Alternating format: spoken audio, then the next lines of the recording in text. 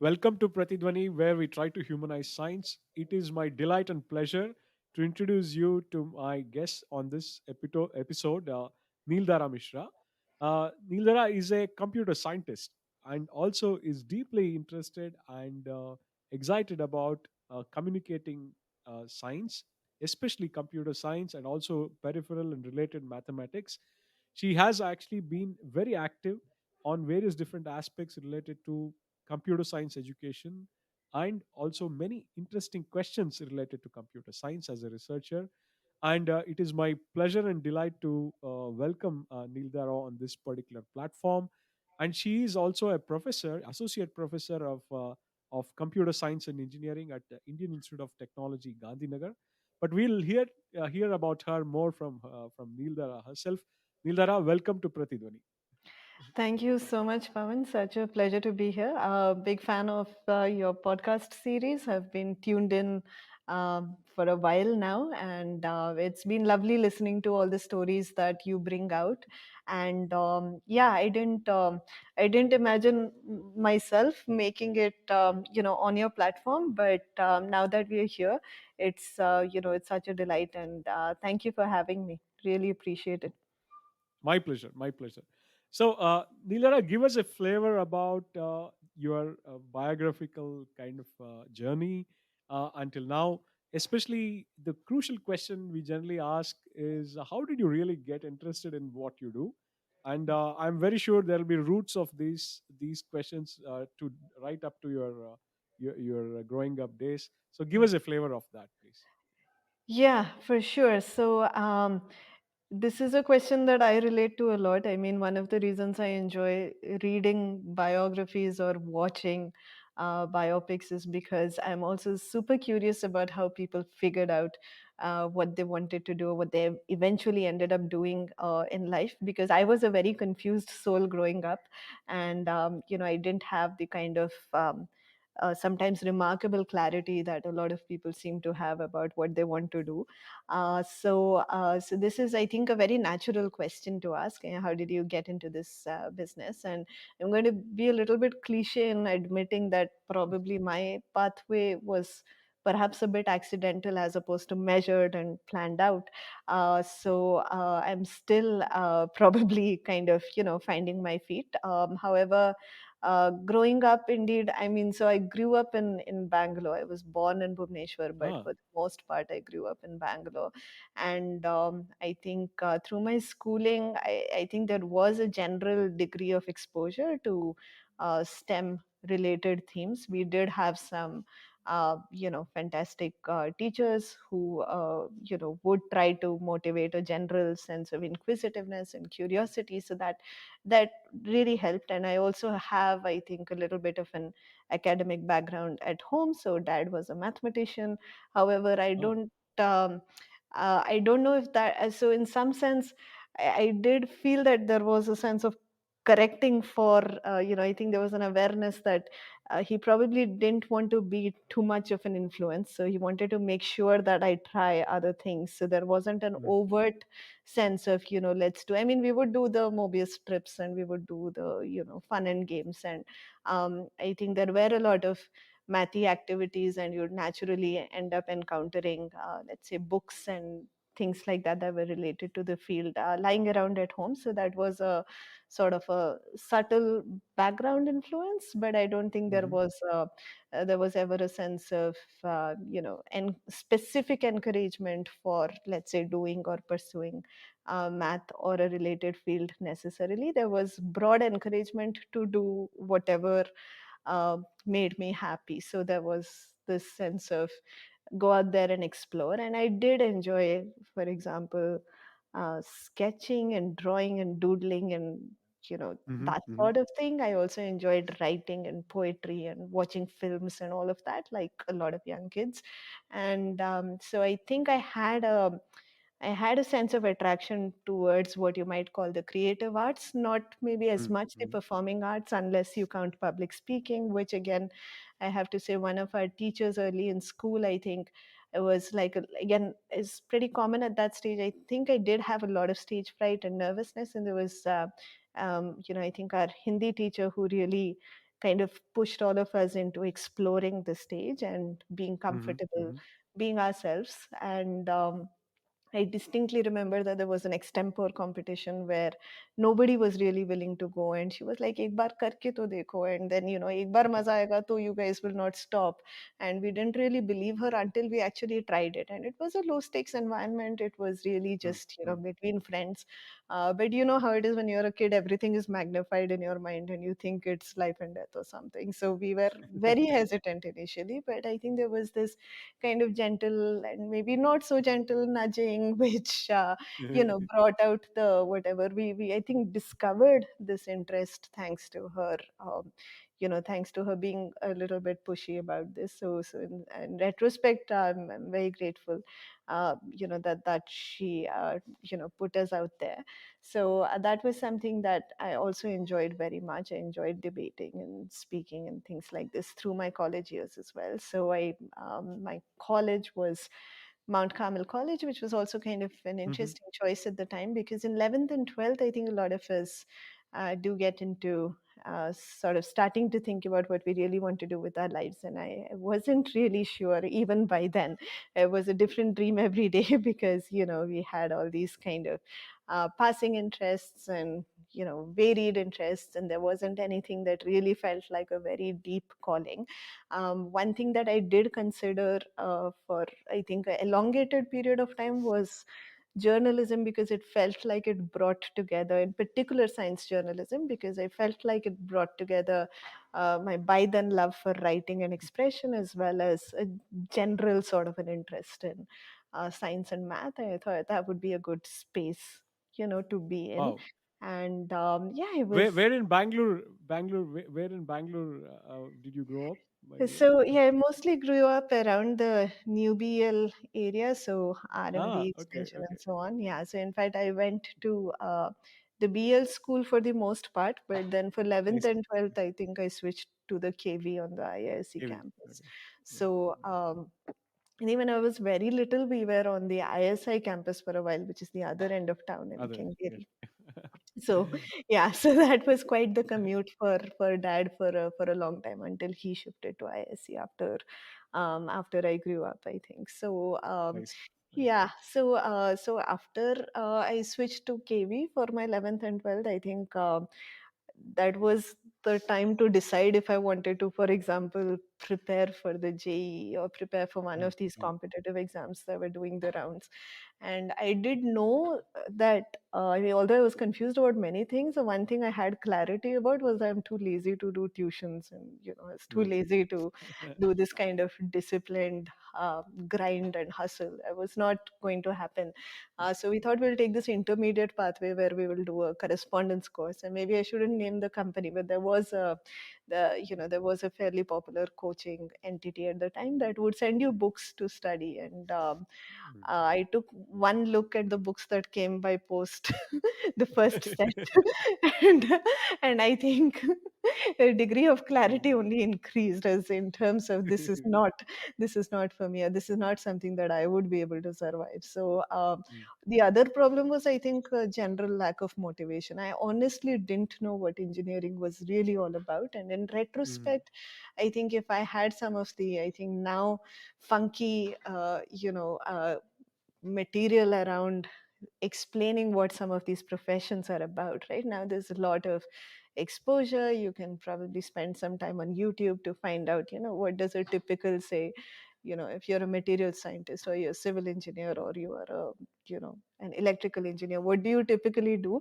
I think that question's probably better answered in these times if you go looking for answers. However, back in the day, I think I mean, to be fair, I could have probably worked harder on finding out, but there wasn't information that was passively handy about what all of this entails. So it is, generally speaking, there was a sense that engineering is something jo sabko karna hai, everybody must mm. do it. So it's either that or you're a doctor or maybe a lawyer. These are your top three in the sort of the Indian society. And I think I was one of those rebels without a cause. Like I wanted to, do something different just for like I don't know why, but it just has to be. I was probably too lazy to do what everybody was doing at the time. So I kind of and those. Correspondence material certainly put the last nail in the coffin. I was like, there's no way that I'm going through all of this training for something that I don't even know, as to what it's going to be about.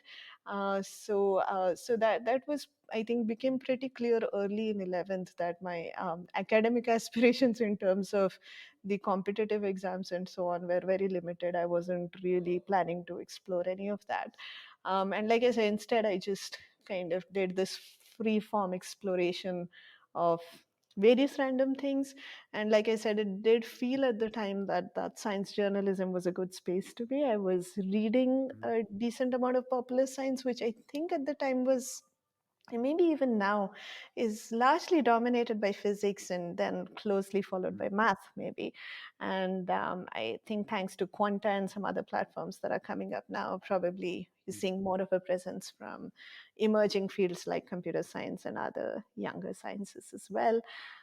However, back then, I think physics was very attractive because of how nice it looked in the popular science books. But back in the classroom, again, it turned out to be that I did feel like it wasn't. I felt like I was in the space where I probably not be a physicist, but maybe I can be somebody who is able to understand enough of it to be able to bring it to a broader audience. So it felt like that was a good goal to have. And it turned out that Mount Carmel does have a very nice journalism department and program, Yeah. and it was conveniently close to home, relatively speaking. In Bangalore, everything's a little bit far off if you measure it in terms of traffic, but Yeah, yeah, yeah. at least it was closer home than going to a different city or whatever. So it seemed like a pretty natural choice at a time. And so I kind of learned that they also have an exam which was, I think, competitive on its own right. And I was just Mhm, beginning to explore those options. But then I think we had a little bit of a conversation around this at home, and we arrived at the conclusion that if I decided to switch back to STEM after a degree in journalism and after starting a career in journalism, and let's say I had a change of mhm, heart mhm, or a change of mind and wanted to come back to experiment with a STEM career, that would be mhm, much harder than the other way around. It's mhm. typically easier to establish some basic credibility in some STEM field and then try to do Yeah, the exposition on yeah. top of it. So we figured that would be the more that would be the more robust way of going about this, and I I do feel like I still have to close that loop and to go back and probably do. I I mean, doing something like science journalism full time is something that's always at the back of my mind. But Mhm, I think I do manage to feed into that desire by doing whatever little I do in terms of whether it's blogging or doing talks that are intended for a broader audience and things like that. So I managed to let that energy out a little bit in these forms. But as it turns out, I mean, I instead of doing attempting even journalism, I signed up for um, a three major course at Mount Carmel, which was mathematics, computer science, and statistics, which in mhm. retrospect is a pretty solid combination. Like Yeah, today, that yeah. would be a pretty good set of topics to study in terms of what's popular and so on. But I was doing it before it was cool to be doing Mhm, this mhm, particular mhm, combination, and it was a really nice experience. I think Mounts. Uh, we had a pretty good experience in the classroom and also beyond. I think we had a really solid debate team, for example. It was really fun mhm, being a part of that experience. We had a literature club of which I have very fond memories again. So you could explore the some of the extracurricular aspects that you wanted to in a nice way. So that was a lot of fun, and I think we had actually a pretty reasonable syllabus. And I say this because it was enough for me to get through the only two entrance exams that I finally wrote in my life, which took me mhm, to sort of a direct PhD admission at IMSc. And that was, I think, a bit unusual at the time, because after a 3-year BSc, normally you would probably, I wasn't even eligible to write GATE. So normally you would do Mm, a MSc and write GATE, or you would try to apply to a MTech program or something like this. But fortunately, JEST and TIFR Center for Applied Math in Bangalore, and I think the IISc Math Department, these were the three places that I found that said, we have our own entrance exam. We don't care about your mm, qualifications. As long as you can get through the exam and you get through the interview, we're happy to have you. So that was their approach. The eligibility requirements didn't cut me out. So I think I got through two of those. And I interviewed at TIFR CAM and Math Science. And then I had to choose between doing partial differential equations for 7 years and doing computer science, and partial differential equations in Bangalore. So that was a big temptation. But uh-huh, I think I finally got intimidated by the prospect of doing too many differential equations. I was mm, never good at that sort of thinking. It was never very intuitive for me. I have like mad respect for people who were able to do that sort of thing. It's amazing to me. But for me, that wasn't. It's just not how whatever brains I have are wired. It's not. If the syllabus at the time felt a little too intimidating, and math science seemed like there was a larger variety of possibilities, and it seemed more familiar. So those mm, were the choices that I made. And I think a big influence, going back to your question of, how did it click? I mean, like I said, a lot of this was just path of least resistance, and, being lazy about life and saying that, okay, let's just go with some concept of instinct, and, whatever works. But also, I think somebody gifted me a book called The Man Who Loved Only Numbers, which is mhm. a biography of Paul Erdős. Hopefully, I'm not Yeah. messing up the pronunciation. He's Yeah. a Yeah. very famous, very adorable Hungarian mathematician, Mhm. and has a totally crazy life story. And somehow, I think that book, it really made an impact at the time that I encountered it. I was like, what is it about combinatorics and discrete math that can make a man fall so in love with it? Mm, And then I mm, got really curious. I was like, I have to find out more about this stuff, because there was an implication that there's a sort of beauty to these arguments which really deserves to be sought out. So I think there was a certain degree of curiosity that got to me, and then I found a textbook called Concrete Mathematics, which is also beautifully written. I think that would be Graham, Patashnik, and Knuth. mm, Very, mm, very well-known book again, and very mm, beautifully written. So I think encountering those two books during college made a big difference in steering me towards thinking about doing math for a bit longer, doing computer science for a bit longer, before going back to the plan B of doing mm, mm. full-time journalism. I thought, well, but yeah, let's just try this out for a little bit longer. And then that little bit longer kept going, and here we are, basically. I'm still exploring. So yeah. Wow. Fantastic description, Neeldhara. In fact, I'm going to go into some specifics of this whole thing, and it's a really, a very interesting journey. A few specific points is that you already had some kind of an environment within your home, which was very encouraging, given the fact that your parents were also kind of associated with academics. How was the environment at home? What kind of discussions, what kind of interactions you had with your parents? Of course, any child and parent would have a normal kind of interaction. But for example, hypothetically, if you are on a dinner table, was science on the plate, so to speak?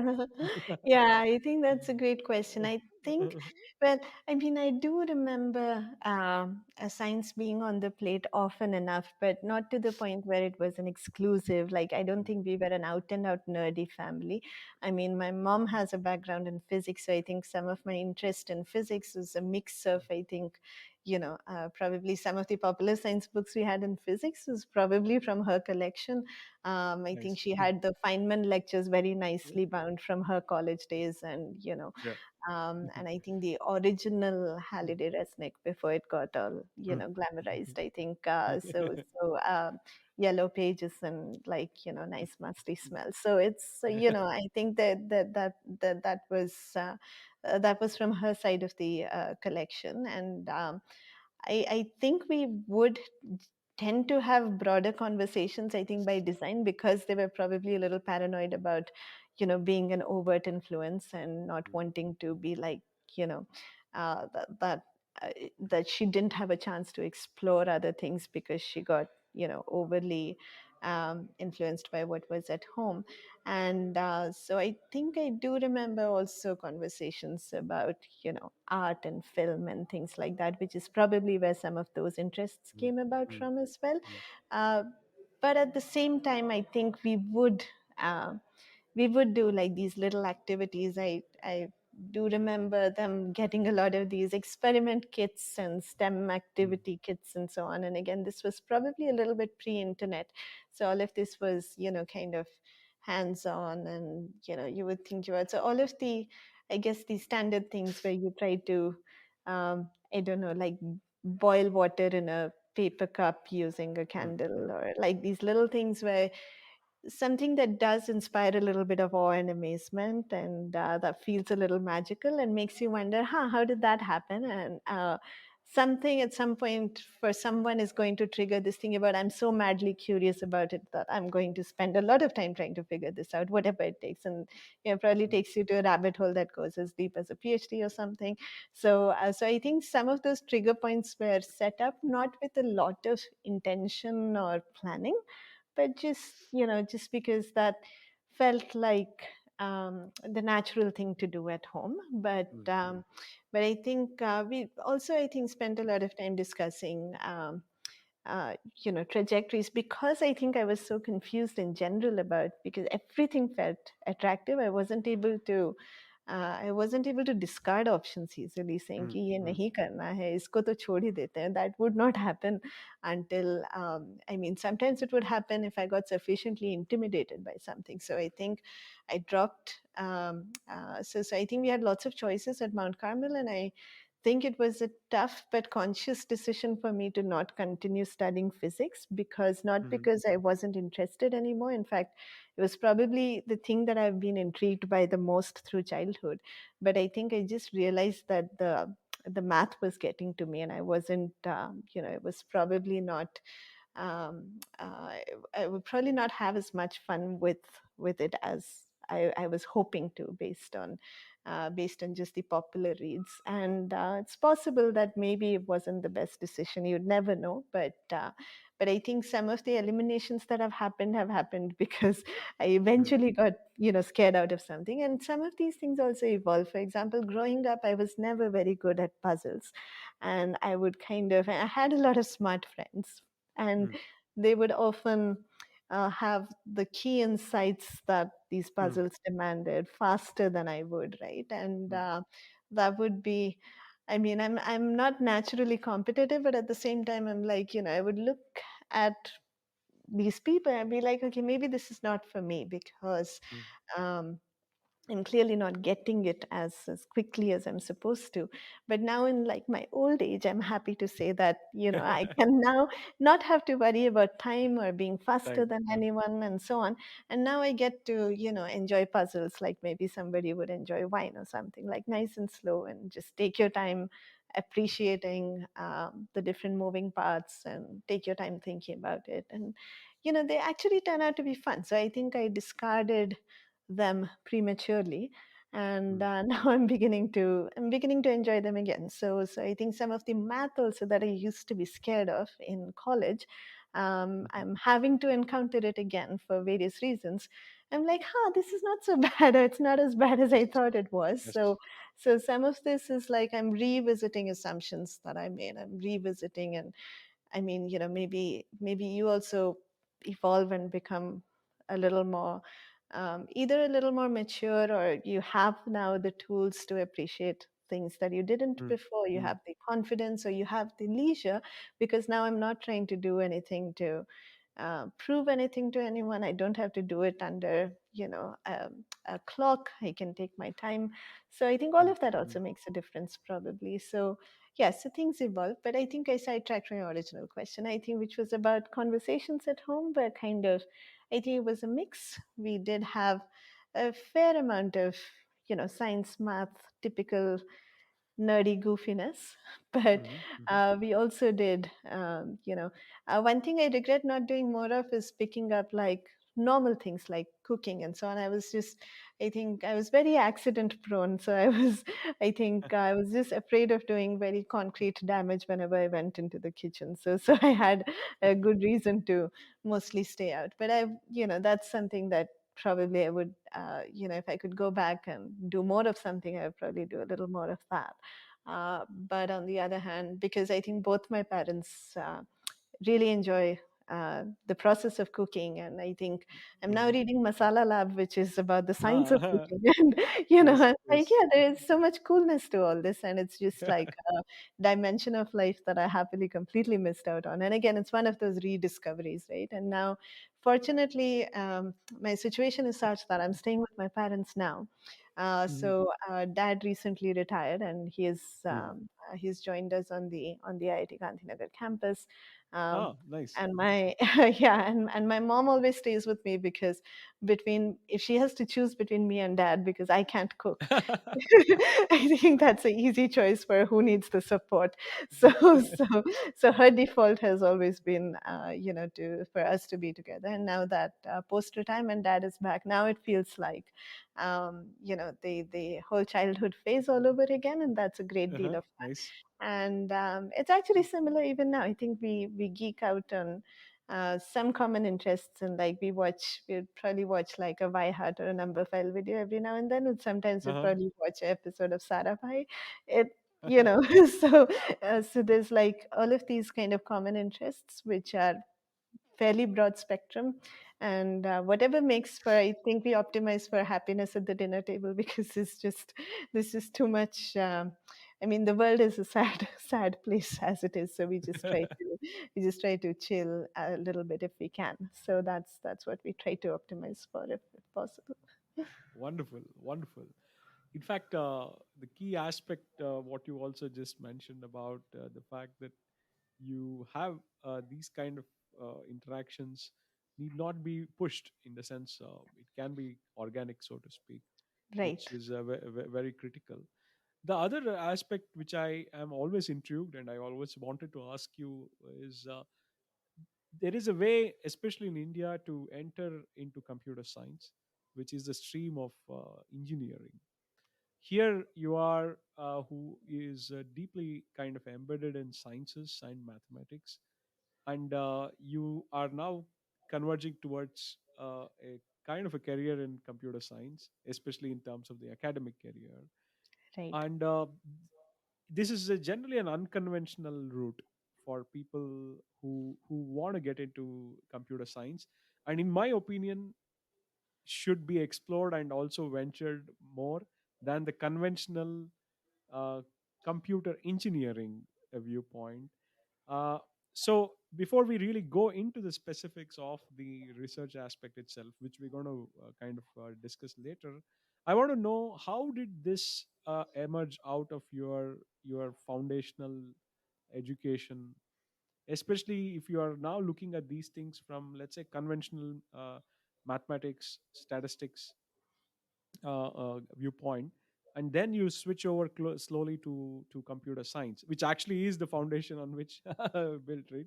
How did this happen? Because this is something which I'm myself curious about, and second thing is probably surely would be of interest to a lot of other people. Right. So I think, yeah, that's a great point. I think this has been a little bit unconventional. Again, Mm. not mostly in retrospect, not by design, Oh, yeah, yeah. but I think I ended up in fact, at IMSc, the department is even called theoretical computer science. Just to Yeah. maybe be very clear that, that the focus is on the theoretical aspects where it's a branch of computer science that's basically, if you look at it from a distance, and again, I think this is going to be a little bit subjective and not Hmm. formally accurate, but I would say from a certain perspective, it's almost indistinguishable from math in terms of style, Mm-hmm. right? In terms of what we do. I mean, of course, like I said, I don't know if mathematicians will necessarily agree, but I think we have seen, if I remember correctly, even the Abel Prize, which is traditionally a prize in math, go out to people who Mm-hmm. identify as computer scientists of late. So I think there is an increasing acknowledgement that theoretical computer sciences. In terms of style of operation is really Mm-hmm. a lot like math. So it wasn't I guess that much of a transition coming in from the kind of training that I had through Mounts. And I think there are other aspects of computer science where again the science element. So people who are working, for example, on certain perspectives of quantum computing, quantum information Mm-hmm. often Mm-hmm. come from a basic sciences perspective, get interested in applications and start contributing to the field. I think there are probably a lot of crossovers of that kind coming from people coming in from physics and getting interested in fundamental issues around quantum computing. So that's another inroad that would be pretty common. So for me, yeah, think the I think it was funny because when I came to IISc to do my postdoc, which was the first thing I did after the PhD, Mm-hmm. I didn't even, I mean, okay, this was, of course, also me being extremely naive and not having really bothered to look around beyond whatever I was doing during my PhD. But then I think to realize that there is so much more to the field of computer science. I mean, the engineering verticals, right? And there's so much going on in terms of people working at every layer, starting from this is the hardware aspects, you know. This the kind of work that goes on in programming languages, etc., etc. All of it was, yeah, it was all very novel because I mean, it's not that you're not aware of these things where the perspective has always been very pen and paper, and so to see people working on the actual things. So a lot of theoretical computer science is about the philosophy's abstraction. We want to think about models, we want to think about uh, the power and the limit of computation in a way that is not machine dependent, and that's a very deliberate choice because we don't want to be changing our theories every time a new microprocessor comes in the market.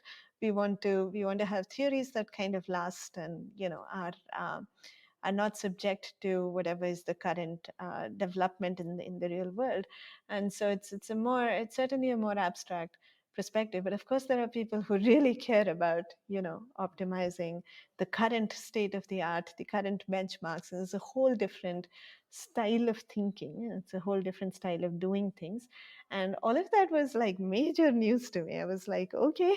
So, I thought all of this was, yeah, I mean, of course, I knew that in principle, people must be working on these things, but to actually have colleagues and friends who are doing this stuff in their labs, I was like, yeah, I was like a kid in a candy store. I was like very, very pleased to find myself amongst engineering folks doing all these cool things, and I was like, yay, more power to you for actually, getting things done and bringing us the technology that makes things happen. So I have massive respect for people who work on the engineering side of the spectrum. I think the kinds of challenges that they have to contend with are of a different flavor, and Mm-hmm.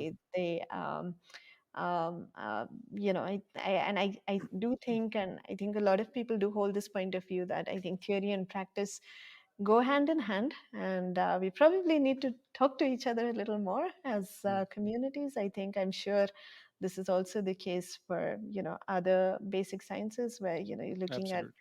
I mean, all the jokes apart, which of course we love to make on each other. I think it's just it's very fruitful and productive when people take a little bit of time to learn each other's languages, to learn each other's ways of thinking, constraints, and so on, even cultures and styles, and then do a little bit of adaptation and have more conversations. I think it's always great when that happens. So and I think both communities benefit when they talk to each other more. So yeah. Very, very interesting. Very interesting. Yeah, because that's an important thing. Most of the time, these divisions are artificial, and therefore, majority of the problems which we tend to attack, even within the framework of academic research, needs assistance from various different viewpoints, and No, absolutely. this is the. Yeah. So I think I was just watching a documentary about the LIGO, the collider, and how it was Yeah, built, yeah, and it's such an engineering marvel, and it's such a it's a collaboration where the scale of everything is unimaginable, but all of it is in the service of, if I understand correctly, questions that are very fundamental and theoretical in yeah, their nature. yeah, So I think it's just like a really beautiful example of absolutely. things kind of coming together, and I think. So it's clearly possible, and more of that would be nice to have in general. Wonderful, wonderful. So, having a bit of knowledge about Mount Carmel's college, of course, it's a women-only college, if I'm correct, Right, because I grew up in Bangalore, current day right, Bengaluru. I right. I was mainly from the Malleshwaram Rajajinagar kind of Okay, area, right, right. because MES college is where I did my Oh, stuff. that's lovely. So, Yeah. I have a lot of regards for Mount Carmel's, because uh, the people who have emerged out of that college, a lot of them in the public forum have done very good stuff, and there is something really good about that kind of an education, although it's a kind of a single gender college, if I'm correct. Would you want to just elaborate your experience in that college, and how did it also assist you to develop your interest, and whatever you learned there and things like Yeah, I mean, I think it is a women's college, that? and I think it has been, and I believe that's the case even now. We recently had a celebration of 75 years of Mounts, and a Mm-hmm. lot of the alumni came together recently. I was kind of special being back there. Just I think about a year ago, it was probably December last year, that we were all around. It was a celebration of, like you said, people who have also come out of that system. It was really nice to see the variety of people. I mean, Yeah. starting from sports to journalism to, academics and everything in between. There were like lots of, I think, bureaucrats. All sorts of fields. I think people have made a mark, and it's really been, inspiring to see the that kind of outcome. I would say there was a fairly like I say, it was an enriching experience because there was this broad-based focus. It wasn't. Mm. I guess we all know that Mounts is not necessarily known for its sort of intellectual throughput, and that's probably not a very specific priority, or not what they're particularly known for. But like I said, I think I lucked out in the classroom. I think we had, I mean, more than, I suppose, more than, precision and accuracy. And I guess we could talk a lot about pedagogy separately. I Mm-hmm. think what matters is having people in the classroom who care about Care. the Absolutely. Yeah. students. And I think we were very lucky to have folks like that. And, Mm. I mean, one of the things that I think is a pretty common complaint in the Indian education system or culture is this thing about not having enough encouragement for people to be asking questions, to be Mm. comfortable Mm. asking questions. And it's usually, a bit of a monologue. People come and say their thing, or, basically read out what's in a textbook. And, Mm. you just have to take it in without, without having a dialogue, without having a conversation.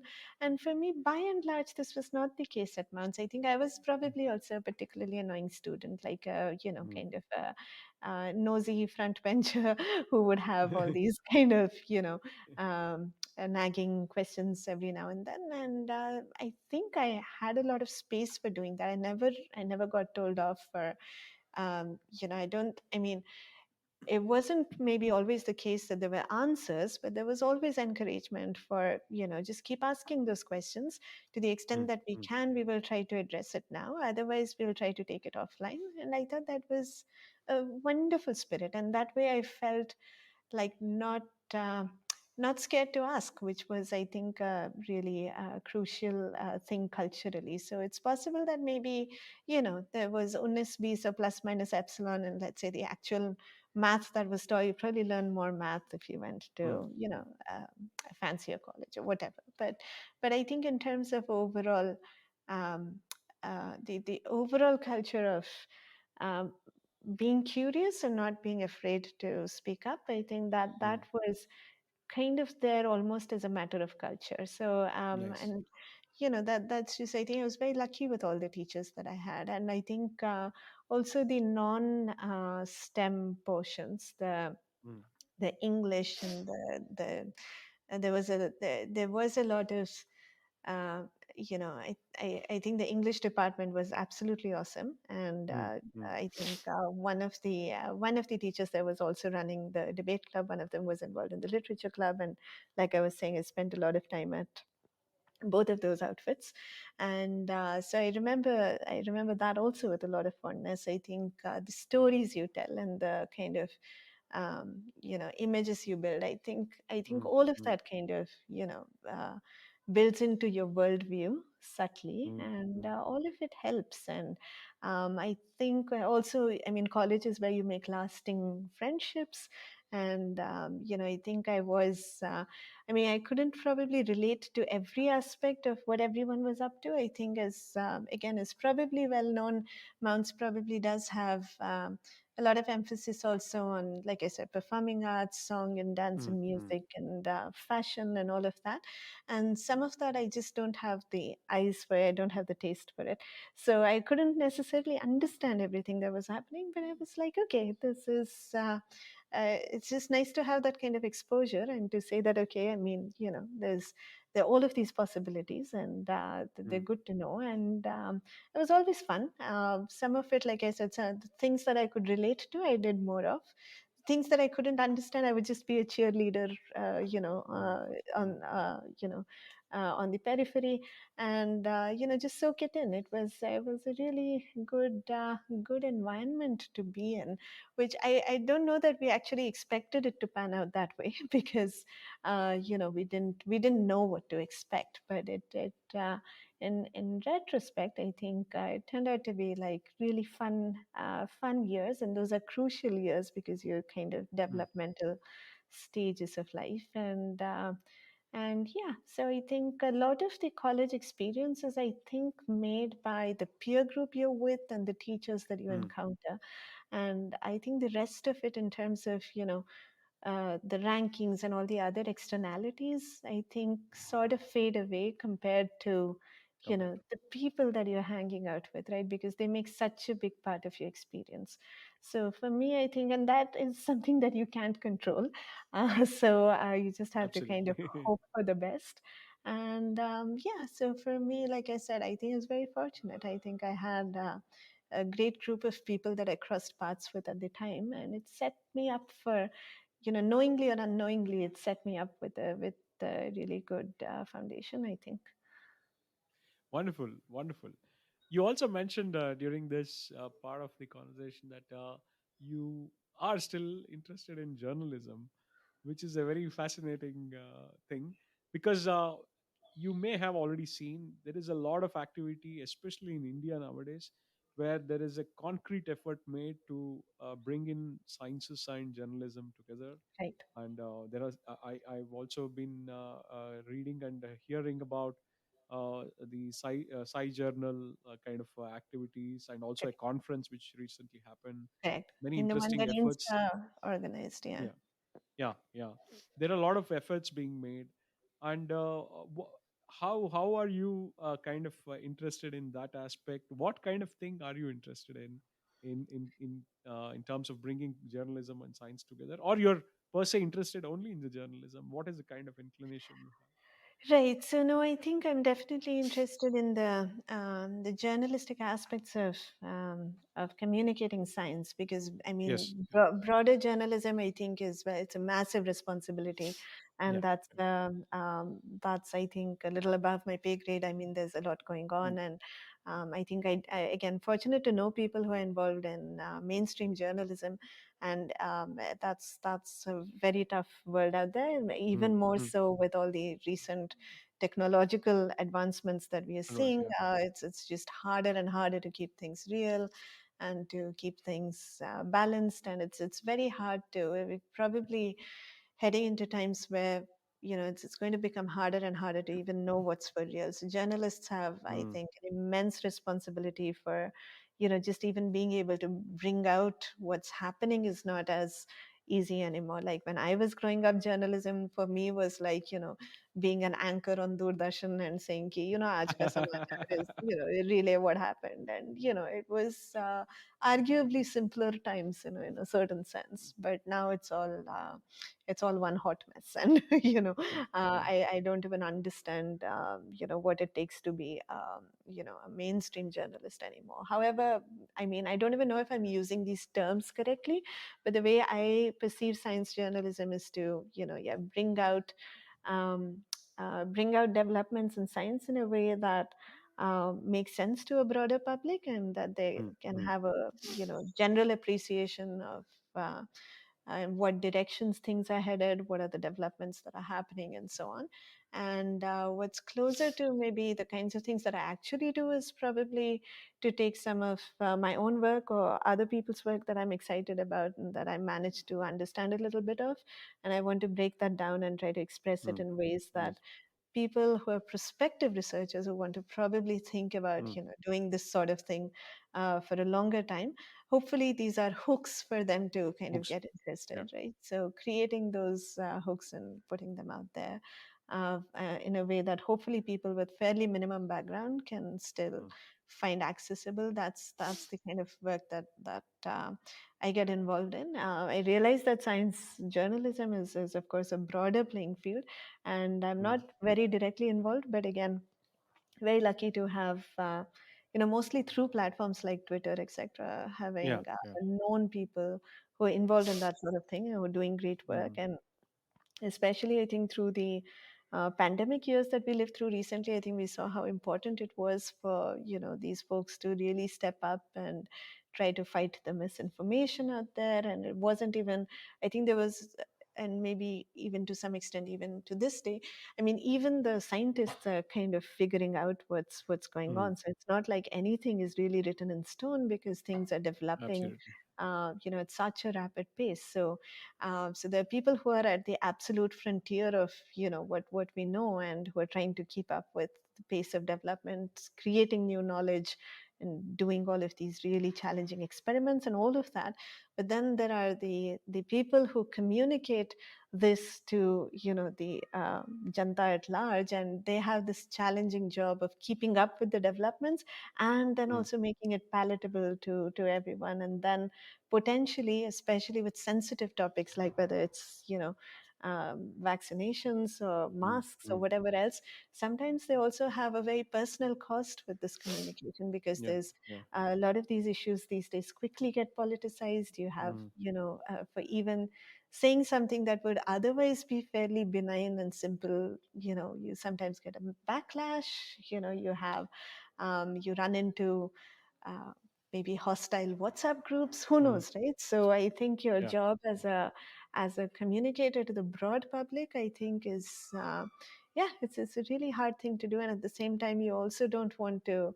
Misrepresent the science. Sometimes honest mistakes can happen, or sometimes there can be a misunderstanding of a technical detail, and Yeah. so it's a really, it's a really complex scenario. But more power to people who are navigating it. I think IMSc, in fact, hosted an early version of this sort of a science journalist journalists conference a few years mm, ago, mm. and I think that was again, so I think the videos are up on the IMSc channel. One of the nice things about the IMSc YouTube channel is that they have, that they have a lot of material from all the cool events that Mm. happen on campus.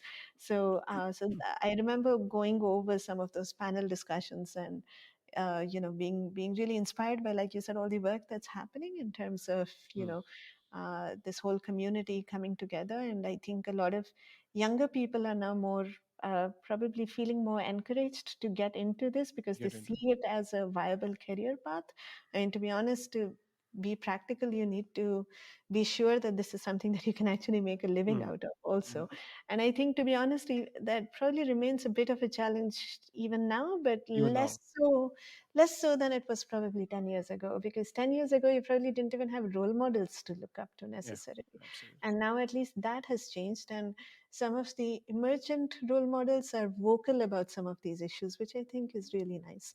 So I think there's a bright future for this community, Mm. and Mm. I hope to, continue supporting this phenomenon in whatever way I can, and maybe even being more involved as we go along. So yeah. Mm. Very nice. Very nice. Excellent. So, since you also kind of dovetailed into the IMSC aspect, I'm now going to now right away get into that aspect of your life where you make a transition from Mount Carmel's to IMSC. How was that transition, and how did that happen?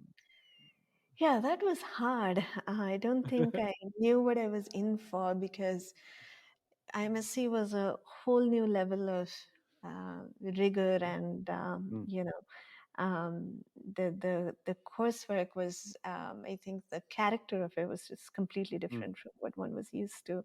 And I don't think this is like a Mounts versus IMSC thing. It's just Mm. the phase transition that happens when you go from undergraduate level education to Mm. postgraduate education. So I think probably anybody would feel a little bit of a jitter when they make that transition. But for me, Mm. it was probably more pronounced than average because I probably had just bungled up a lot of my fundamental training. So I was very quickly very lost. I mean, the first semester was a complete roller coaster, and Mhm. because everything looked so enticing, I think I'd signed up for way more courses than was reasonable, and I had to drop out of a bunch of them because I don't think anybody even told me, because I think their attitude was that khudi samajh jayegi, let's not make it let's not make it look like we are stopping her from taking like 9 courses a semester or whatever. It's like totally outrageous. I don't think like so I don't think I had any idea what I was in for. And then I think I had to like quietly start dropping out of, like, just stop going to classrooms, and so that was a bit of an awkward, bumpy first semester. I was just trying to figure out what's even So going on. you entered the program of integrated PhD, I suppose, right? Technically, that would be the integrated PhD, yes. Yeah. So I think I had a master's, but along the way, Mm. and I mean, it's still something that got done in a 5-year period for me. Again, fortunately, the timing sort of worked out. Although in Mm. Mm. retrospect, I think it would have been nicer to have a less chaotic transition Mm. and just do it a bit aram se. I don't even know what the rush was all about, really. I mean, Mm. so I think getting a little bit of a breather, and having a little more, um, uh, you know, giving myself more time to do Mm. the foundational training at the master's level would have probably been nice, but it is what it is.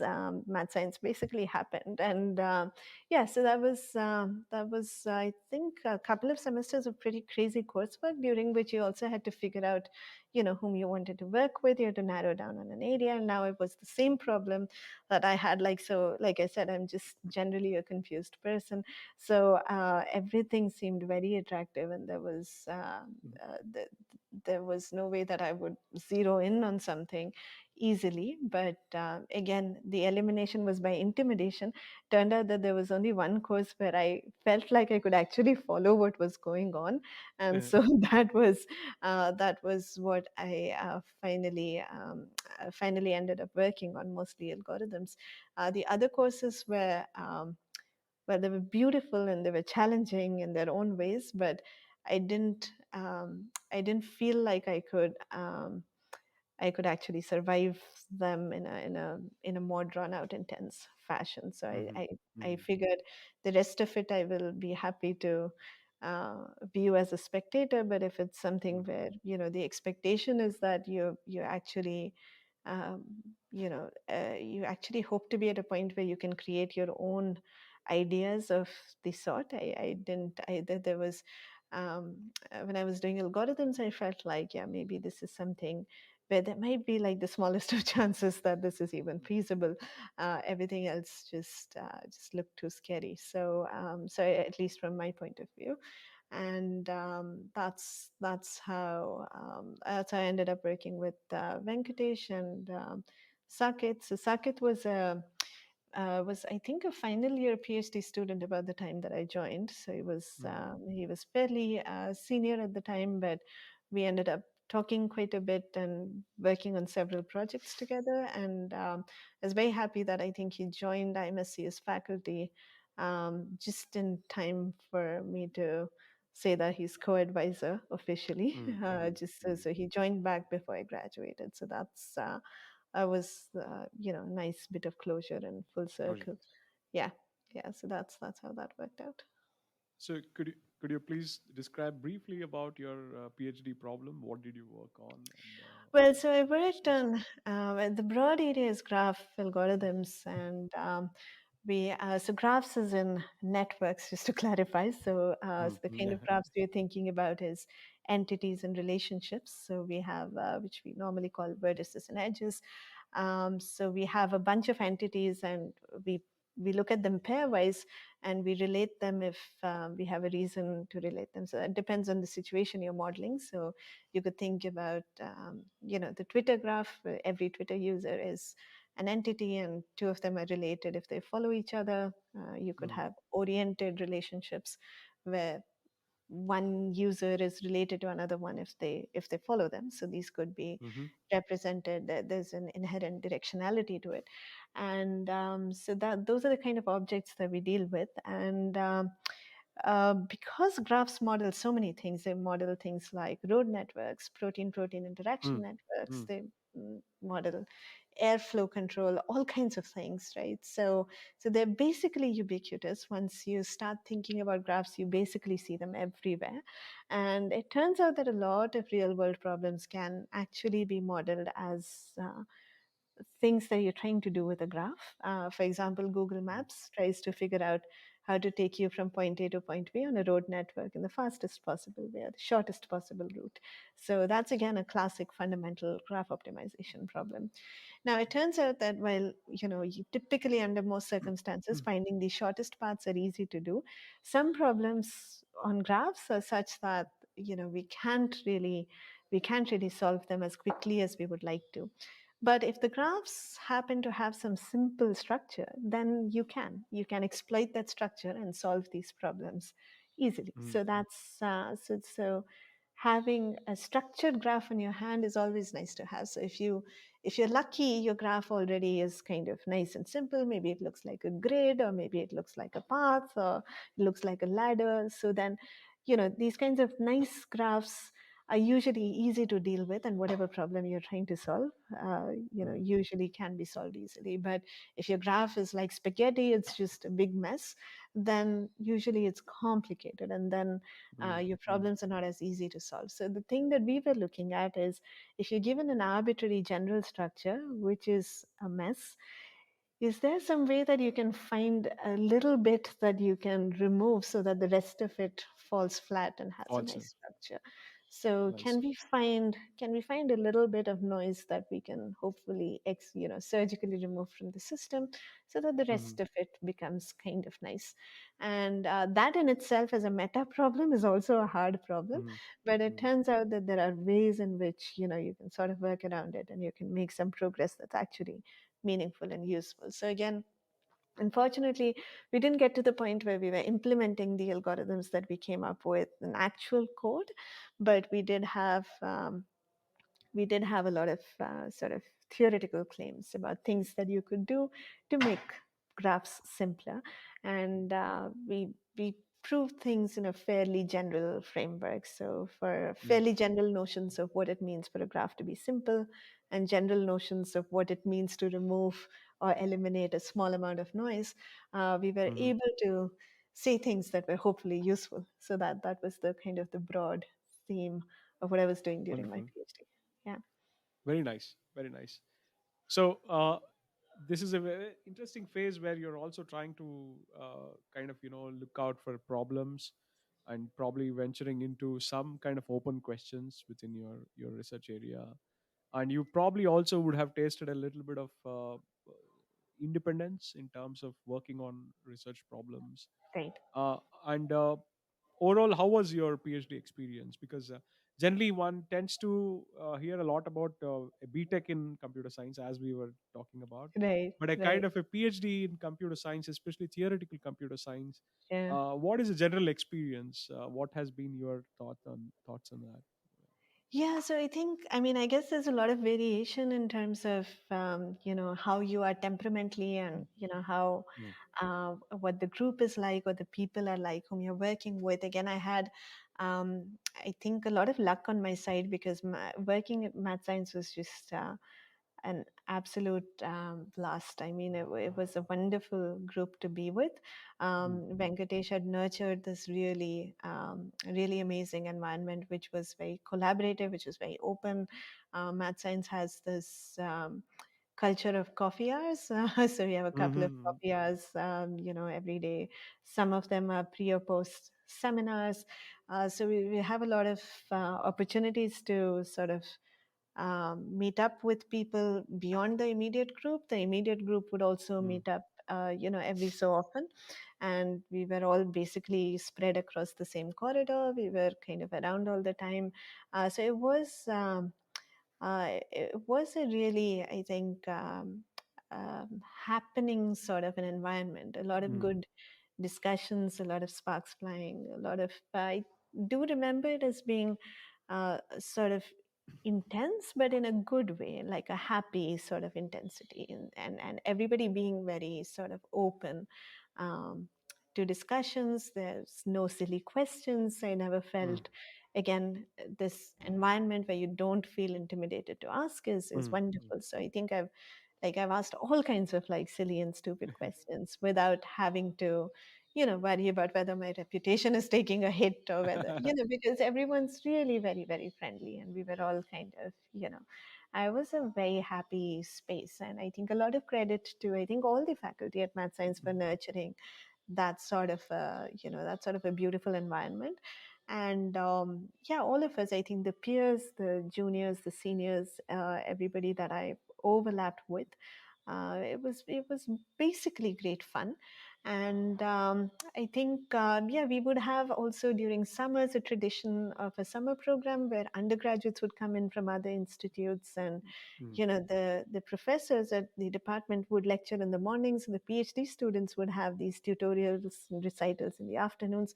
So we got a bit of taste of, a bit of a taste of what it feels like to be teaching. I thought that was great fun too. In fact, there was this one very memorable year when I think whole bunch of Mm. undergrads were around. This was the year when we were organizing a couple of conferences as well, and we thought it would be fun if we could maybe work on a problem that would culminate in something that we could submit to this conference that we would be organizing later the Mm. same year.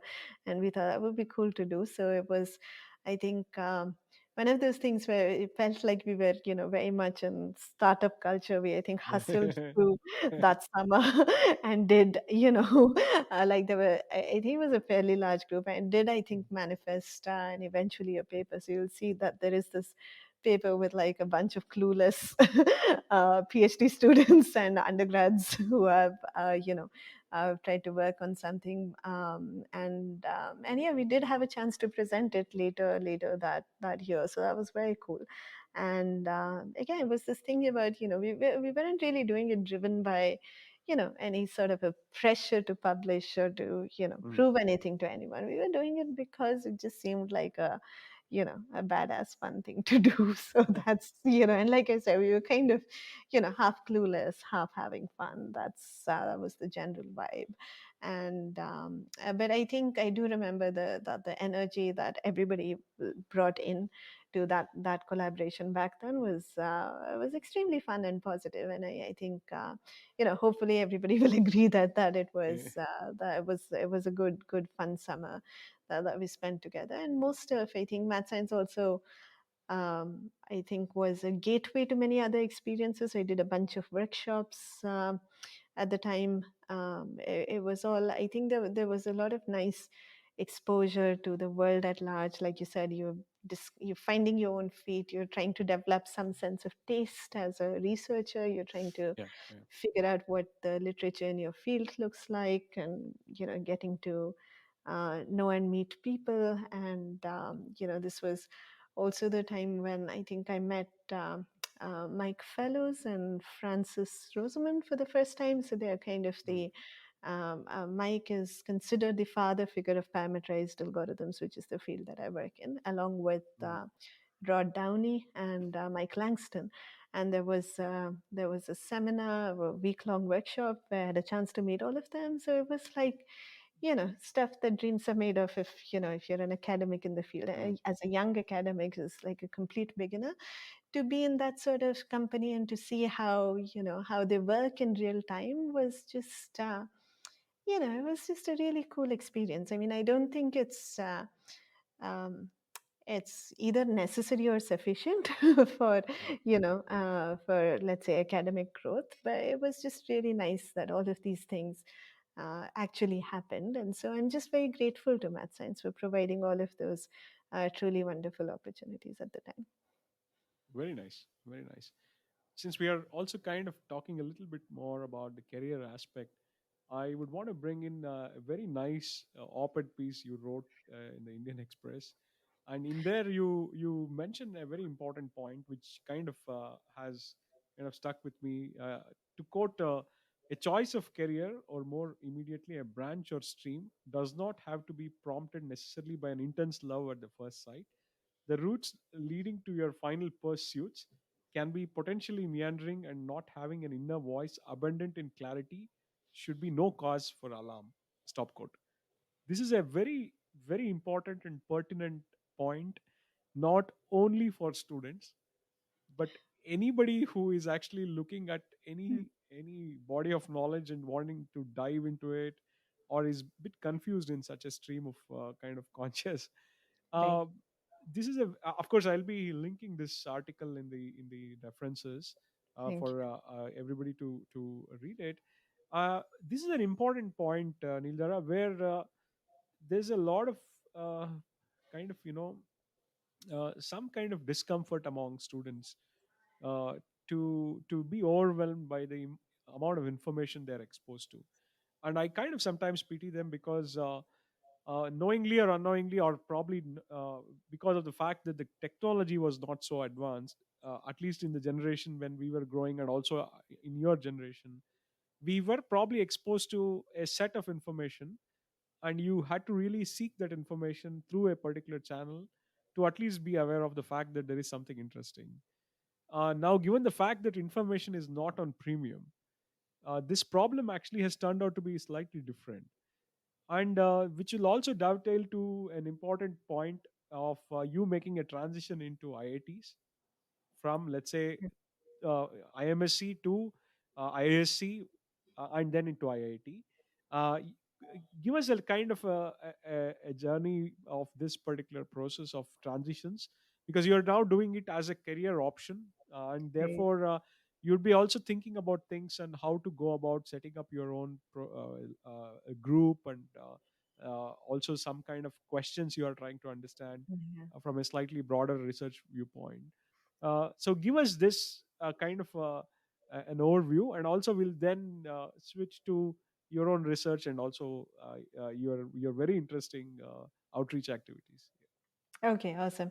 Yeah, I mean, the transition to an IIT system was again a bit of out of my comfort zone sort of a transition, because it wasn't a system that I was familiar with at all. And I had all these memories of, uh, ditching the coaching material for the entrance exam. So I really didn't feel like I was even, qualified to consider this sort of a lateral entry into the system. It felt like a bit of a cheat, to be honest. But at the same time, I think there was this consideration that I felt like I was at home in the classroom, and having access to a large undergraduate population seemed like Mm, a massive perk, and seemed like that was worth exploring, and potentially, dealing with the fears and the insecurities that I had. I thought we'll figure it out, because uh, it should really be interesting. So the net outcome will, mm, hopefully mm, be a positive, and that was kind of the motivating factor at the time. And yeah, I mean. At IISc, I was at some point. I think I was a couple of years into my postdoc, and the question that was mm, natural at that point was what's next. And I think there was a lot of talk about, well, maybe you want to do a postdoc internationally, because I think there mm, is a notion that um, international experience is valued in the job market. So as a tactical thing, I think there was I think there were a lot of well-meaning suggestions around, maybe just going out there for a bit. But again, like I said, I've always been a little bit lazy in temperament, and I really wanted to stay close home, and I didn't really have the temperament and the energy to be doing like an international postdoc for mm, a substantial duration of time. So I just thought I would segue and switch to just, getting a real job would be nice to have. And I mean, of course, I'm like the poster girl for imposter syndrome. I always felt like, I probably don't belong. And I'm always like quitting every 3 days, much to my advisor's collective angst. And they have to keep, giving me lots of cups of coffee and gyan to say that, it's okay, mm, you'll do just fine, and so on. So all of that encouragement has been really special, and I feel like I'd be doing that a disservice if I simply sort of walked out impromptu. So I figured mm, I should hang in there for a little bit longer, and at least try things out and see how it goes. And if it's very obvious that I'm an abject failure, then I can always walk out. It's always an option. So, why preempt it? So, I did get a pointer from, a mentor. Whom I really, really trusted at mm, I really trusted and I really trust, who told me to go and check out IIT Gandhinagar. She said, it's mm, this cool new place. It looks like they're doing some really interesting things. It feels like an experiment in higher education that's worth checking out. And we have some really good leadership going there. And she was very convinced that it would be something that would match my general, approach to the mm, profession, and more broadly, even to life, perhaps. So I think mm, because she knew me well, and she also knew people at IIT Gandhinagar well, I think she was able to sort of make that connection, and she mm, encouraged me to go check it out. And it turns out that IIT Gandhinagar was basically the only place that I applied to. So when I applied, I thought, कि हाँ देख लेते हैं, we'll see how it goes. And I figured it would sort of be a dry run for the whole process. You know how long drawn this process is of mm, applying for a faculty position. So I thought, well, it's an experiment like anything else. So let's try it out, and then I'll get some feedback, and I'll try to use that feedback to improvise, and then I'll do the real mm, applications. I will seriously do pros and cons, and make a short list of places that I want to apply to, possibly also including Gandhinagar if they would be interested in me. But I had all these plans, but then I applied to Gandhinagar. I came in for the job talk, and they were also very quick in responding. positively.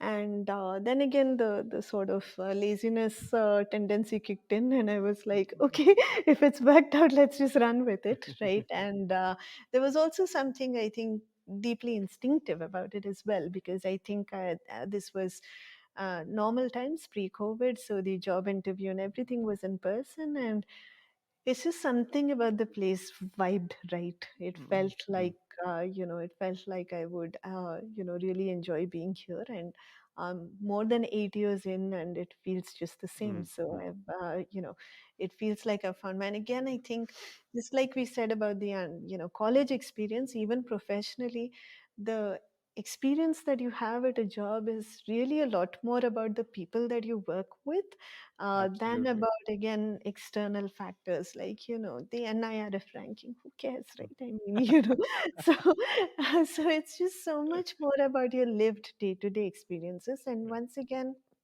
I think IITGN has been really special in terms of having just a fantastic department, phenomenal students. Like, what more can you ask for? And of course, I Yeah. think it's also great that the campus is wonderful and all of Yeah. those logistical things have also checked out really well. But for me, really, what determines the quality of your experience is the people that you're interacting Mm, with daily.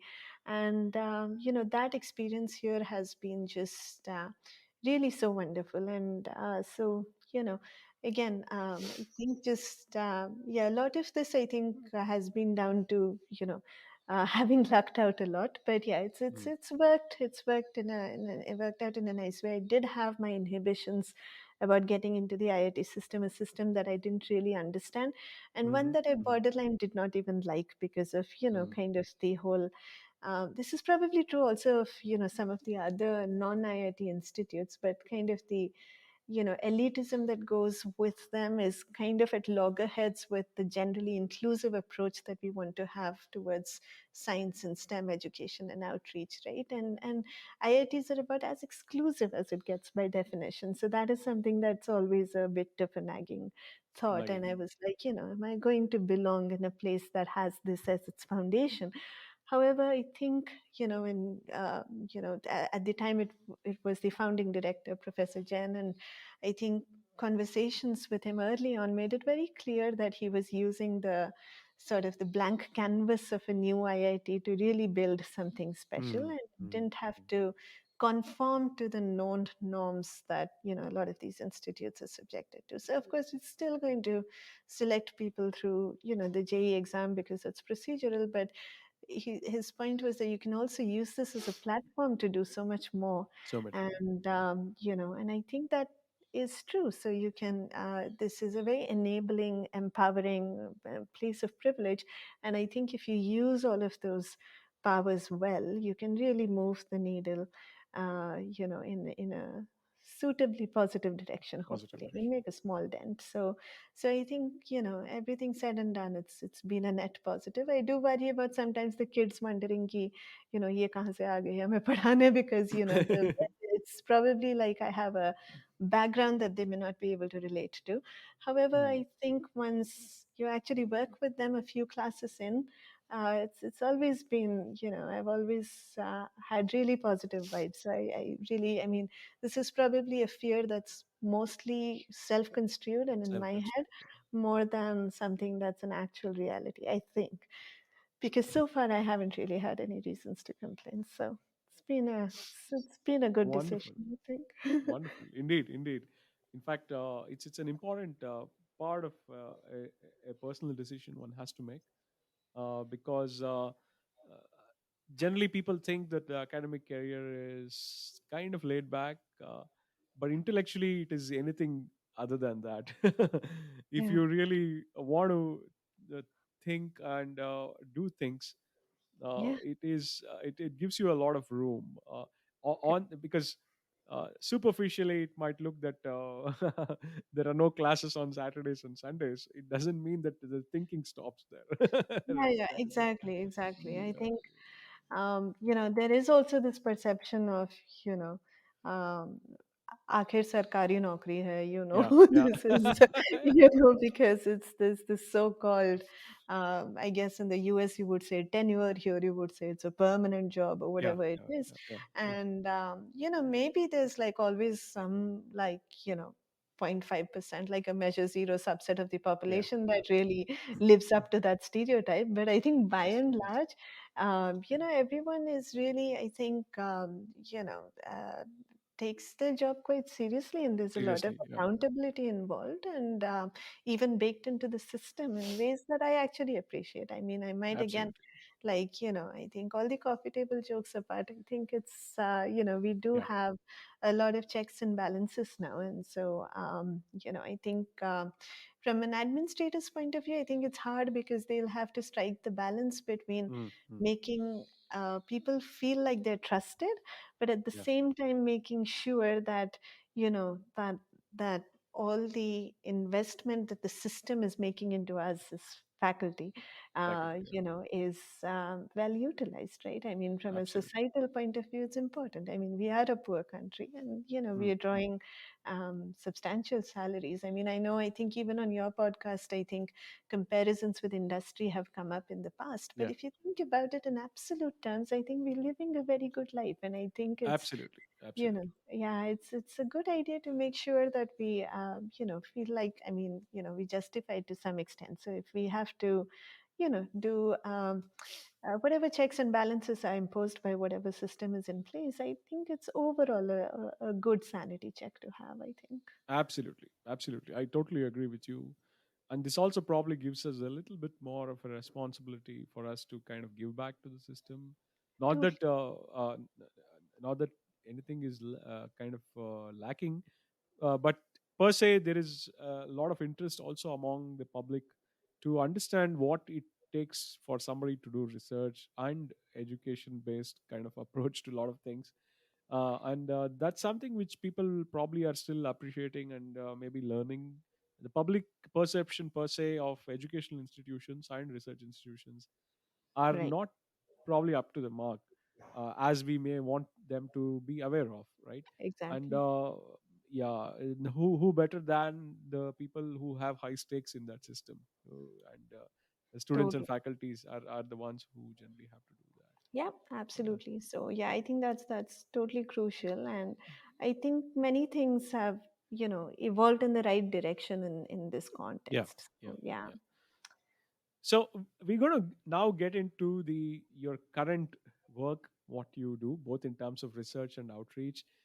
Before I get into the education outreach aspect, which I'm also very keen to hear from you, I would also want to know about your research. What are your current research questions? Uh, uh, how big a group you have? What kind of work you people are doing? Give us a kind of a picture of all those things.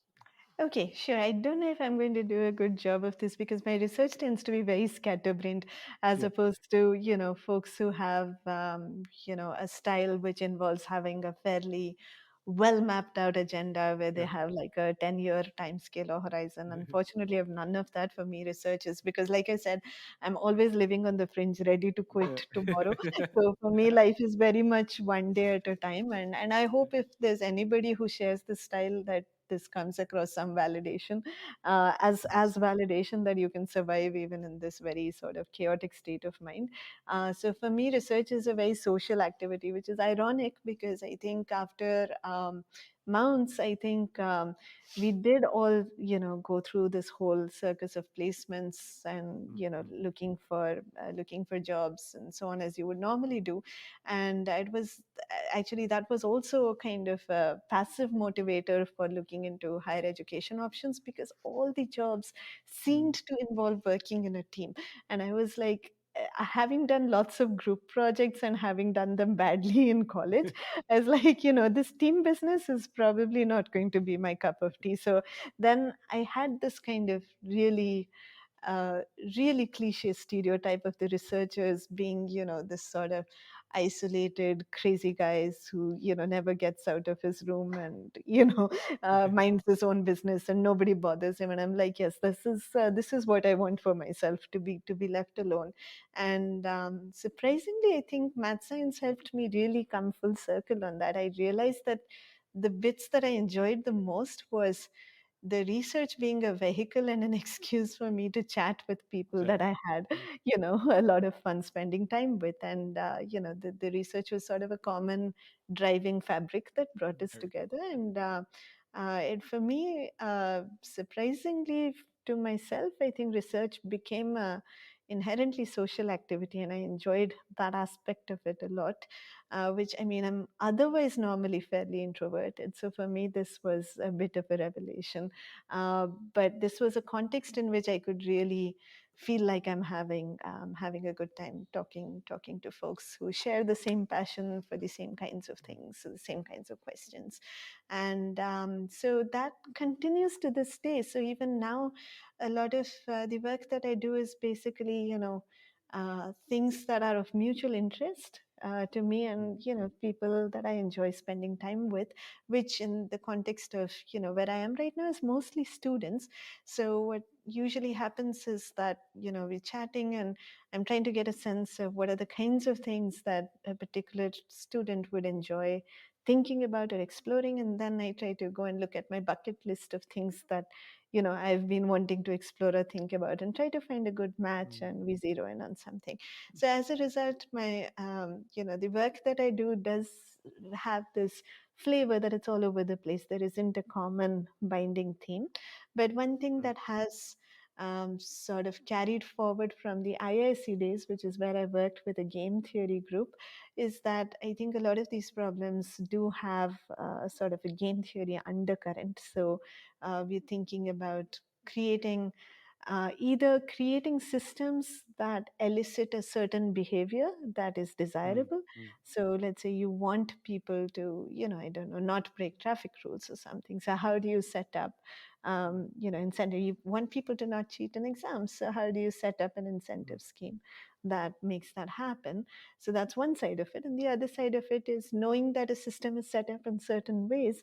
Can you predict behaviors? Can you predict how people will react to it? So this is kind of the broad themes in game theory and mechanism design. And I first encountered these styles of thinking when I was doing my postdoc, and some of that sort of permeates the work, that I do now. But also, off late, I think this is something that happened at some point. I started playing games to the point where I think my family got worried about whether I was potentially going to get addicted or something.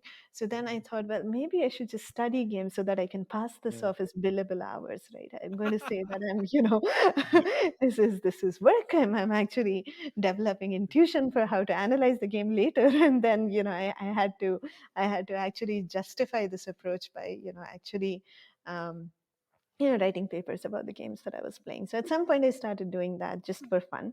And it turns out that there is a shared love for games and for analyzing them among students and a few other friends that I know. So that's become like another kind of thread in my, Mm, sort of research agenda, which basically emerged from this accidental hobby of, playing silly games on the phone. But now, we kind of look at it from a mathematical perspective, from a computational perspective, and it's all kind of really cool. And something that I'm hoping to get into is, in a similar vein, I think there's a lot of research on computational aspects of origami, which is something that I only mhm. know as, again, an activity that I enjoy.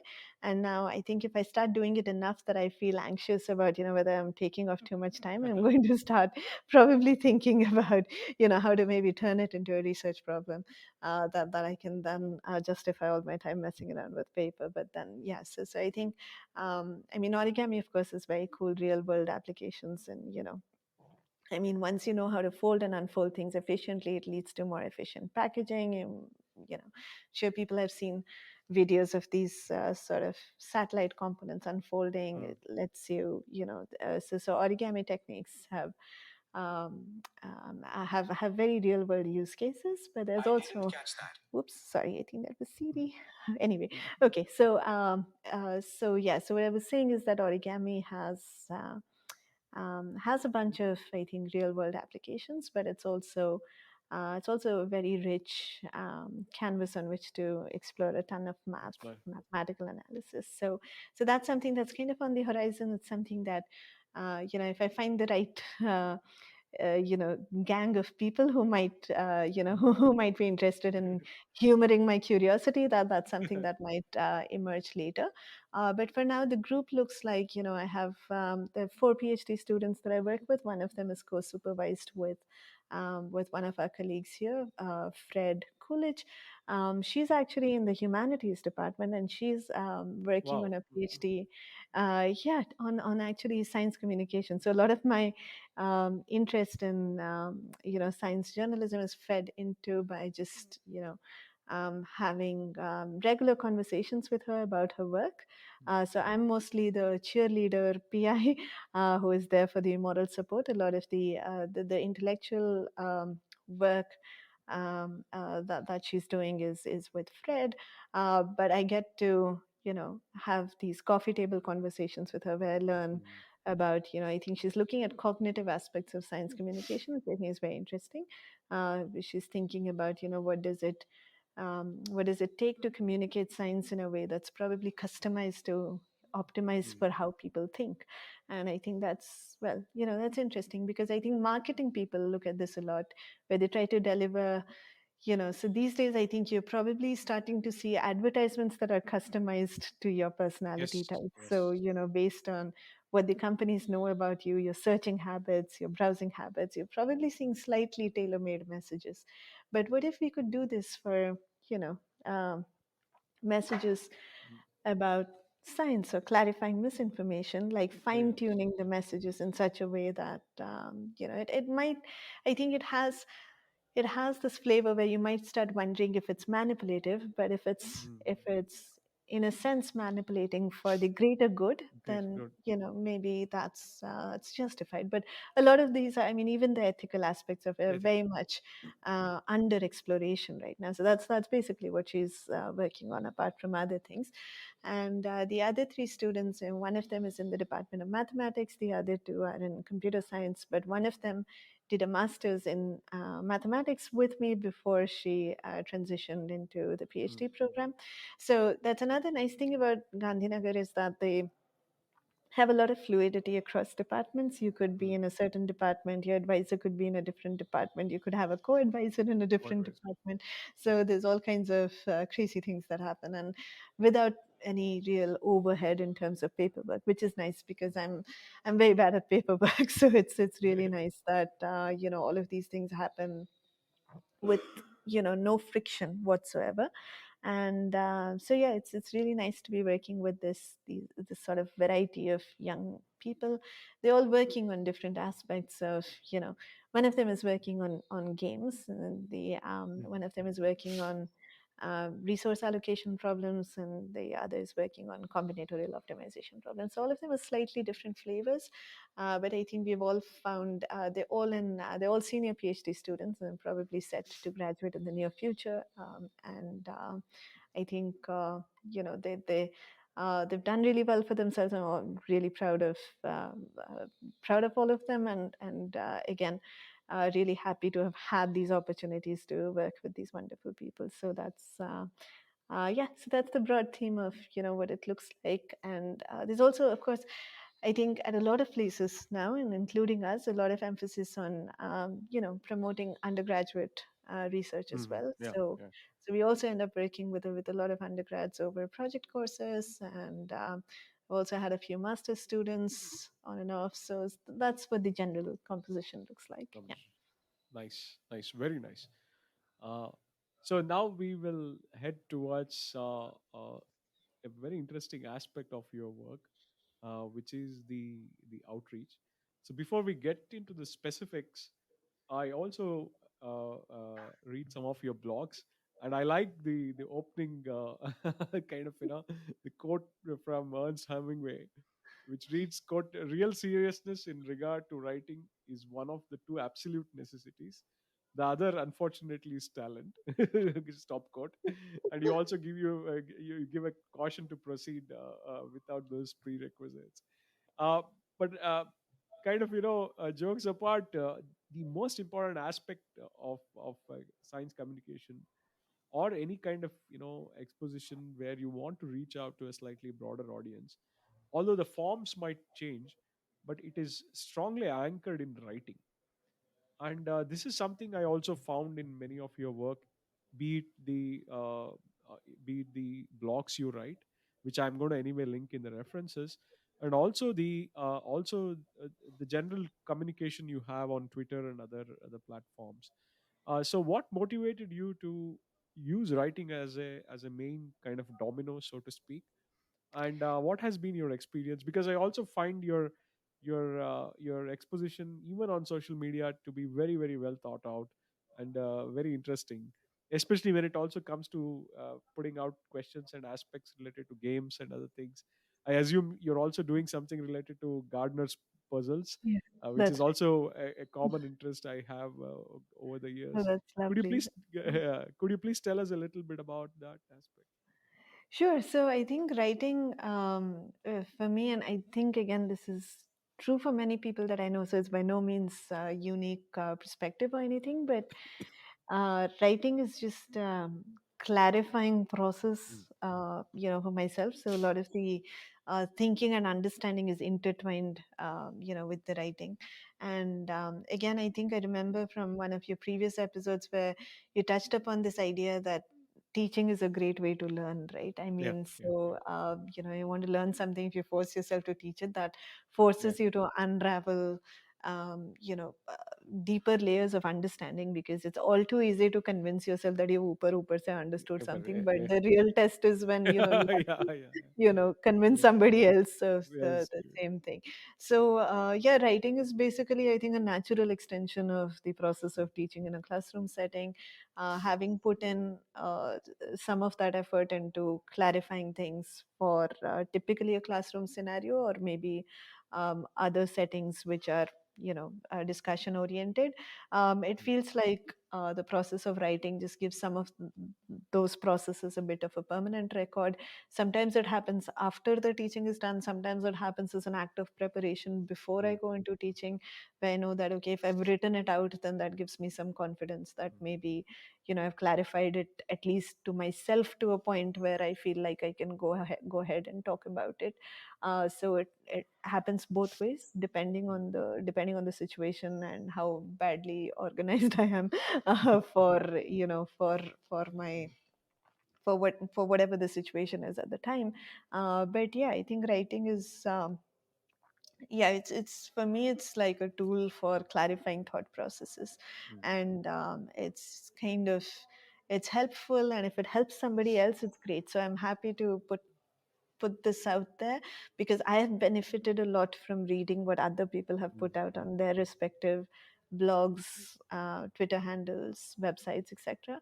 And for me, it's been immensely valuable. So I'm paying it forward, even though it comes at the small risk of, I do feel like, yeah, I think I'm sure that people can relate to this. I feel that it's never done, and yeah, it's not yeah. perfect, and I wish it was better and more polished and so on. But I've kind of learned to basically become more shameless over the years. And I think one thing that age buys you is that kind of कि हाँ मतलब अब क्या ही होना है, so just go out there and put it out there. I probably don't have much of a reputation to lose, so it's okay.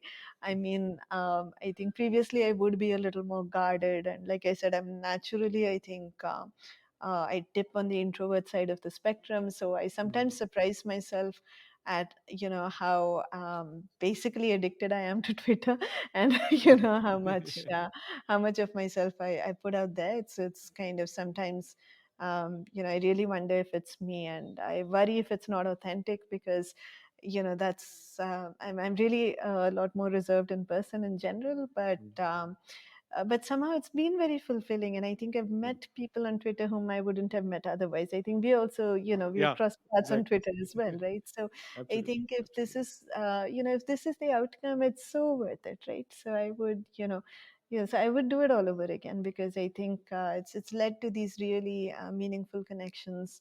And I think people have reached out to me saying that they found it valuable, the stuff Mm, that I put out sometimes, either in terms of like the actual material, or in terms of, just knowing, um, knowing that here's this person who seems mm, to have mm, made it, and and they're out there and this is what they're doing, and somehow it's just somebody that they can relate to.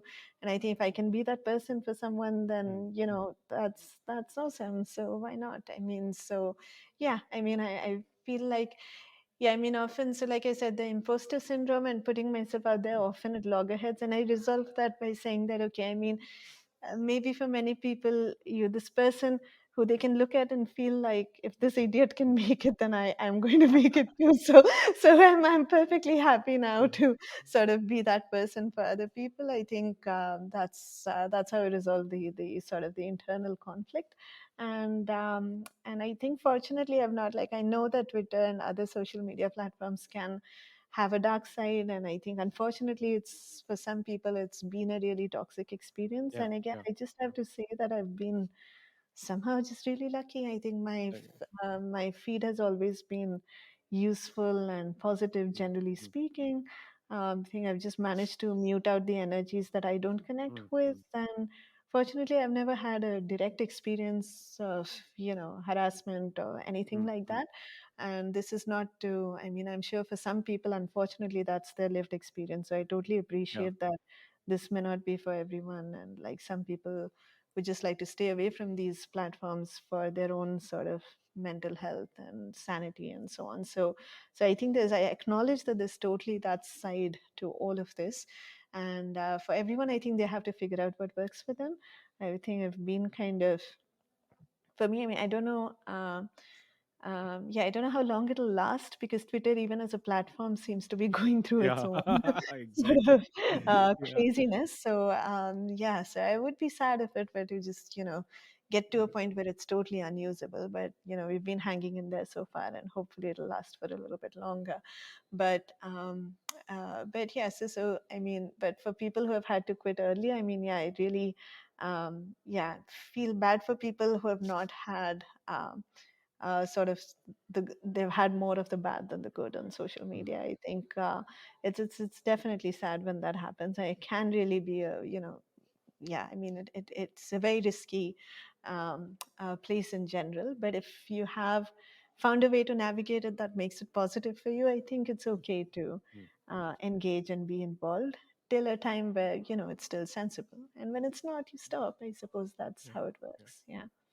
Yeah, well, yeah, that's actually also an advantage of anchoring most of your communication in writing per se, because Yeah. the platforms might change. Yeah. And I see that I am also very impressed by your webpage. I should mention it's the way it's designed, and also That's very the way sweet. it's maintained.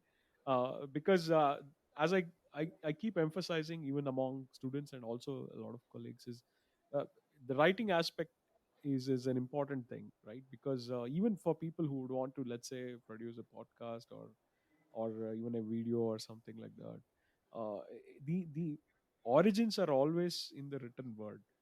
uh, Right. One might actually use it in a different way, and therefore, being at academics, there's a very interesting connection there to make, to even reach out to students and even people at Totally. large, through this particular medium.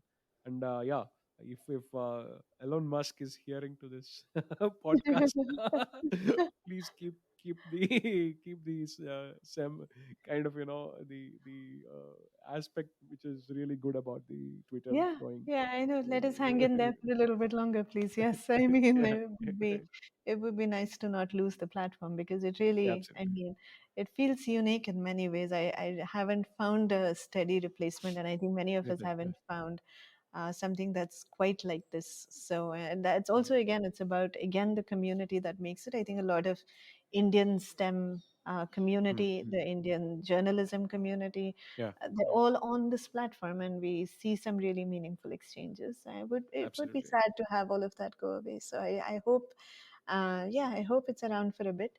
But yeah, I mean, I think for anybody who is working hard to put content out there, I think it definitely makes sense to put your content on an independent and permanent platform Mm, that you mm. control, and then I think reshare it on all the Yeah, other platforms where other the platforms. audiences are. But but yeah, having a permanent home is kind of very important because you're putting in all this hard work. It makes Yeah, sense to give it its makes own sense. home. Yeah.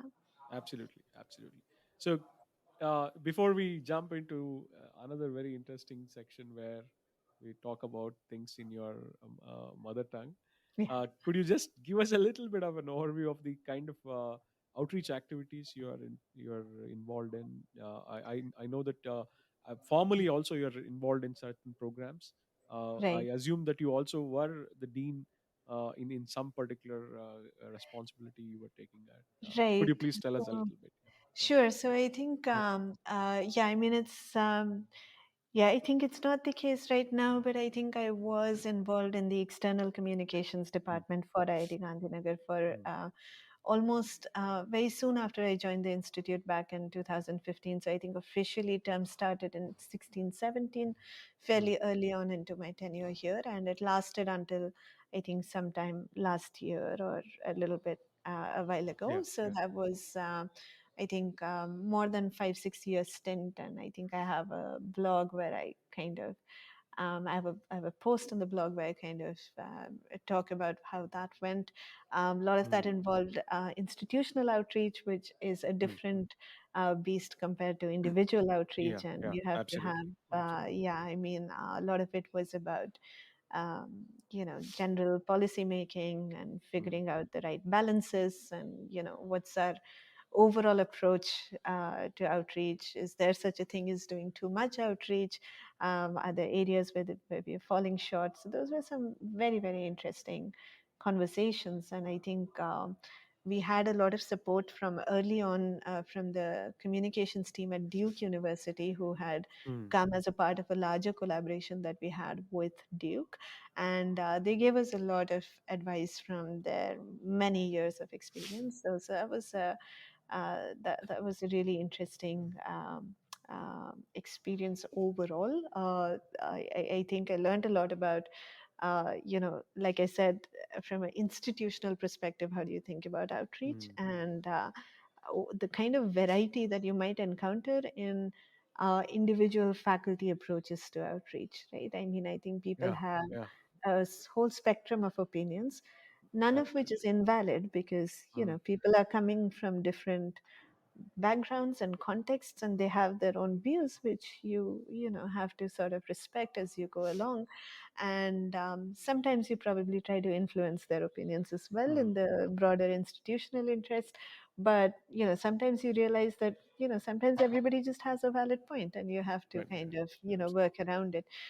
So navigating those dynamics is kind of interesting, and we didn't only focus on um, you know technical outreach. We were also Mm, doing mm, we were also documenting the institute's history as it was evolving and mm, so on. We were doing the annual letters and the newsletters and all of that. So it was a lot of the more routine documentation also happened as a part of the department. We were also doing the website. So there were all of these different verticals that we were managing, and it was a very young team and a very enthusiastic one. So again, a massive privilege working with mm, all of them, uh, who really brought in a lot of energy to make everything happen. So that was a really, really special experience.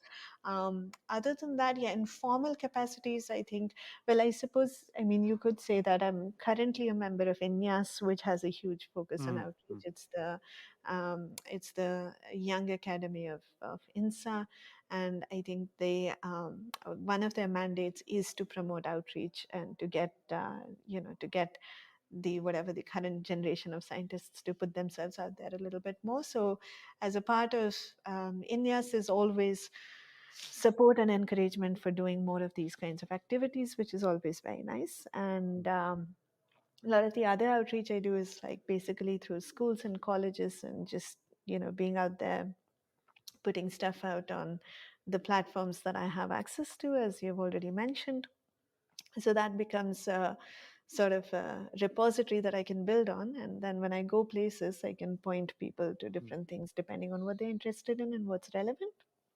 But this conversation would be incomplete if I didn't mention the Center for Creative Learning, which is a mm, center mm, at IIT Gandhinagar. It's run by somebody called Manish Jain, who mm, is mm, who has a Silicon Valley history. He was part of, Mhm. I think, Synopsys, the company is called, Mhm. and I think he's good friends with folks at SAC at ISER Pune. So Yes, yes. I In fact, think we have had a very nice kind of talk by him, kind of an engagement with the students, which right. has really, captured the imagination of many, many young Right, children right. today. So Manish being Manish, it just brings Mm. all this infectious energy to Exactly. whatever he's doing. So it's just amazing, sharing space with him in whatever capacity. So I think I think after he came back from the Bay Area and he came Mm. back here, I think he worked with Arvind Gupta for a while, Yeah. and then he started engaging with our orientation programs, and I think um, at some point we convinced him to just join the institute, and the rest is history. I think the Center for Creative Learning has seen tremendous growth in the last 6-7 years that it's existed. And like I said, it's been a massive privilege for me to sort of be a Mm. part of their journey in whatever capacity. And whenever I see them doing their outreach, it's hugely inspiring. And sometimes I would, kind of get involved in some of the programs that they're doing. And I often steal ideas and materials that they have for my classes, even because a lot of it is actually very well suited even to an Certainly. undergraduate classroom, even though their focus is mostly schools. A lot of it is Absolutely right. fairly generic and very suitable for, they say it's for kids, but I think, even as I guess technical adult, I find I find a lot of joy in spending time at their lab. So I think a lot of the general inspiration for doing outreach and continuing to be involved comes from seeing the huge impact that CCL has had with doing Mm. their Mm. outreach. And you see, when you see the consequences, then you realize that, yeah, this is worth continuing to do, basically. So yeah, that's a Super. nice experience. Yeah. Very nice. Very nice. Excellent. I wish you all the best for that venture. And now we'll move on to a slightly more lighter aspect of the podcast, and also something very interesting. I generally request my guests to talk about their motivations and also their research interests in their mother tongue.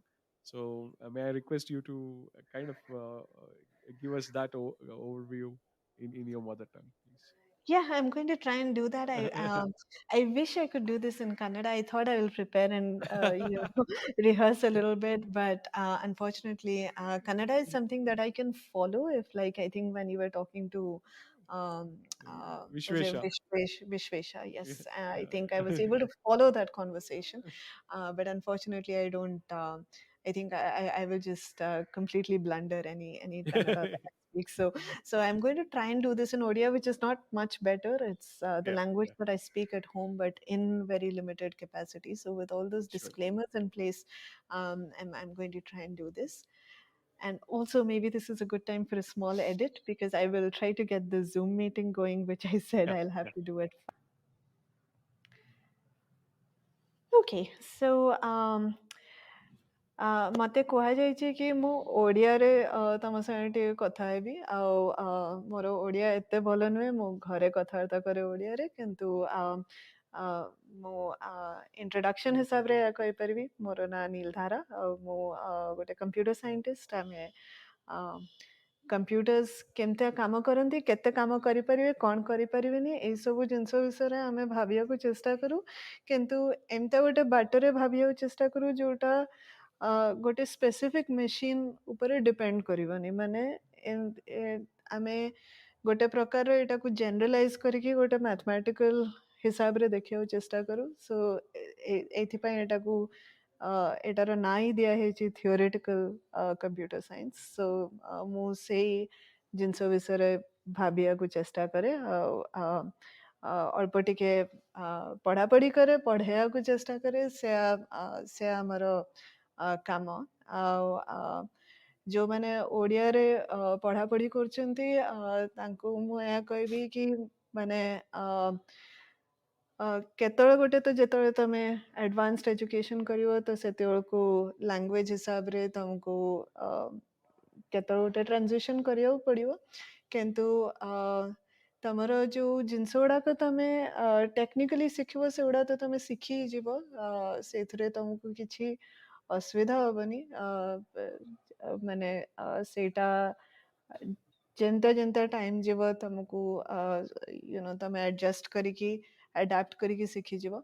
କିନ୍ତୁ ଯୋଉ ଜିନିଷ ଗୁଡାକ ଅ, ତମକୁ ଗୋଟେ sense of ତମକୁ culturally rooted ରଖିବ ଅ, ଅ, ତମର ବହିପତ୍ର, ତମର ଅ, ଅ, ଗୀତ, ନାଚ ସେଇ ସବୁ ଜିନିଷ ସେଗୁଡାକ ଅ, ତମେ ଥ୍ରୁ ଆଉଟ୍ ଏନ୍ଜୟ କର। ସେଇଥିରୁ ତମକୁ ଗୋଟେ ସେନ୍ସ ଅଫ୍ ସେନ୍ସ ଅଫ୍ ରୁଟେଡନେସ୍ ମିଳିବ, ଯୋଉଟା କି ମୋ ହିସାବରେ ସେଇଟା ବହୁତ ସ୍ପେଶାଲ। ମୋର ସେଇ କନେକ୍ସନଟା ଟିକେ କମ୍ ରହିଛି କାରଣ ମୁଁ ଏତେ ଟାଇମ୍ ସ୍ପେଣ୍ଡ କରିପାରିନି। ମୋର ପିଲାଦିନ ମୁଁ ପୁରା ବାଙ୍ଗାଲୋରରେ ରହିଛି, ତ ସେତେ ସେତେ ଚାନ୍ସ ତ ମିଳେନି। କିନ୍ତୁ ତମେ ଯୋଉଠି ବି ଅଛ ଏଇ ଜିନିଷ ଗୁଡାକ ତମକୁ ଗୋଟେ ପ୍ରକାରର କନେକ୍ଟେଡ ରଖିବ। ଆଉ ମତେ ଲାଗୁଛି ସେଇଟା ଗୋଟେ ପ୍ରକାରର ସେଇଟା ଗୋଟେ ପ୍ରକାରର ଇମ୍ପୋର୍ଟାଣ୍ଟ ଆଉ ସ୍ପେଶାଲ। ତ ସେଇଟା ସେଇଟା ତମେ କରନ୍ତୁ। ବାକି ସବୁ ଜିନିଷ ଗୁଡାକ ତ ତା ବାଟରେ ହେଇଯିବ। ତ ସେଥିରେ କିଛି କହିବାର କଥା ନାହିଁ। ତ ଏବେ ପାଇଁ ଏତିକି କହିବାକୁ ଚାହିଁବି। I can briefly translate that. I don't know Yeah, how yeah. much of it was clear, but I think I was trying to say that, well, I said what I do, and then I said that, well, I mean, at some point, maybe, for people who have been let's say studying in Odia medium. I know a fair number of people who do that. And again, being in the IIT system, I know for a lot of people transitioning from a regional system to a Exactly. global Yeah. language system is a challenge. And my point is that the technical parts, the engineering and the math, people will pick that up eventually. So I'm not too Eventually, worried yeah. on their behalf for them. Not too worried. Hopefully, especially with improving technology, we have this process becomes only more inclusive as we go along. However, there are aspects of where you come from which are more non-technical. It's the sort of the cultural aspects that make you feel a sense of rootedness and where you belong. And if that's where you get some meaning from, and Mhm. that's where you derive a sense of joy from, then hang on to that. Be connected to your culture. Know your books and your music and your art and whatever it is that makes you feel connected. That's always going to be special. So I think that's what makes you you. So the math and the computations everybody is going to pick up. So this is okay. Sorry about that, but I think I should mute Yeah. notifications. Um, Yeah, sorry. that's a very nice description, Neela. It also is very important because now that the technology has really kind of expanded so much, one would be able to connect yourself to your roots, even if you are away from the so-called home. And that's an important aspect of what you just mentioned about, which is Yeah. equally critical.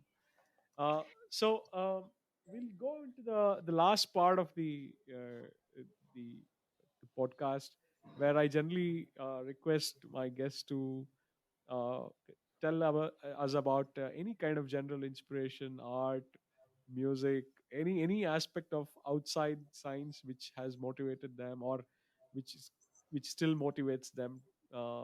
Any form of relaxation, Yeah. which you can talk about a little Yeah, I think for sure. I bit.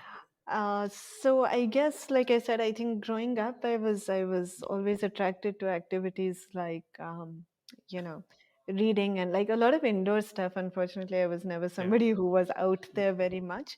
So I think just like cooking, I think sports was a major Yeah. element that was missing. So it was conspicuous in absence. However, I think what I did end up spending a lot of time doing was just reading random things Yeah. and a lot of doodling and sketching. So, in terms of, unfortunately, of late, I think I don't know if this is the case for you, but I haven't been reading as much. It's a little bit sad. I've been trying to Yeah. compensate a bit by trying to get into audiobooks as a medium and so on. Yes. So I tried to do this funny thing a couple of years ago where I tried to um compensate for my complete lack of understanding of sport by reading a lot of biographies. Was Nice. a really interesting experience. I think I was looking up, and these really beautiful biographies. Among the ones that I can remember off the top of my head, I think Andrea Gassi has Open, Mm. and Yeah. there's a Yeah. biography of Abhinav Bindra, there's Vishwanathan Anand, Yeah. there's Maria Sharapova has a Mm. nice autobiography as well. Um, and I think there were like a few others that I was doing. Mostly, people who are involved in Indian sport in some capacity, but Yeah. also beyond. I think, yeah, these are some of the ones just off the top of my head. It was a year of reading a lot of, how sports people approach life and competition. Nice. Because to me, competition is a very strange concept. It's something that I don't really understand very well. I don't know why people would put themselves willingly in such a situation where they are, at loggerheads with each other.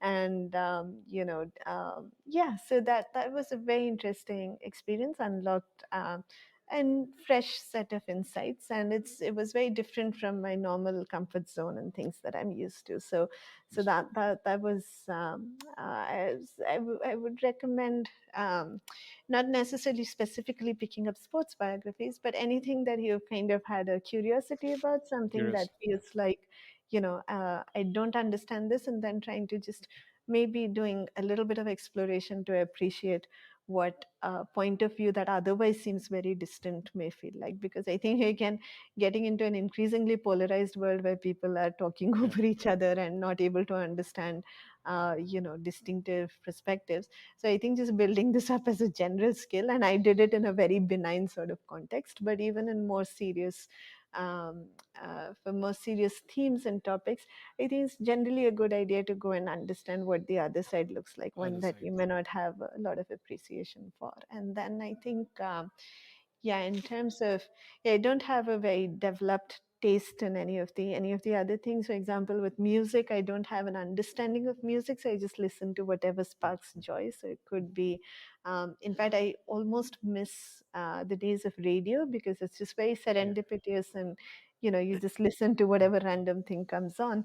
And so for me now, I think YouTube discovery has replaced radio. So I will Yeah. really, it's not a very it's not a very organized thing, but I mostly listen to music that's Hindi, typically Bollywood, but also like a little bit of Hindustani or Carnatic classical, as recommended by people who know what they're doing. So a Yeah. lot of friends who know these things well, and they'll tell me that you'll probably enjoy listening to this, and I'll probably go and check out whatever is recommended by friends who do have good taste in such matters. So that helps. So yeah, I mean, overall, I think, yeah, I mean, I should also say, just circling back to the topic of language, I think Netflix is a phenomenon that's really unlocked access to language for me. The Yeah. fact that they have fairly high quality, as far as I can make So, out, high quality subtitles and titles. Absolutely. Yeah. sounds.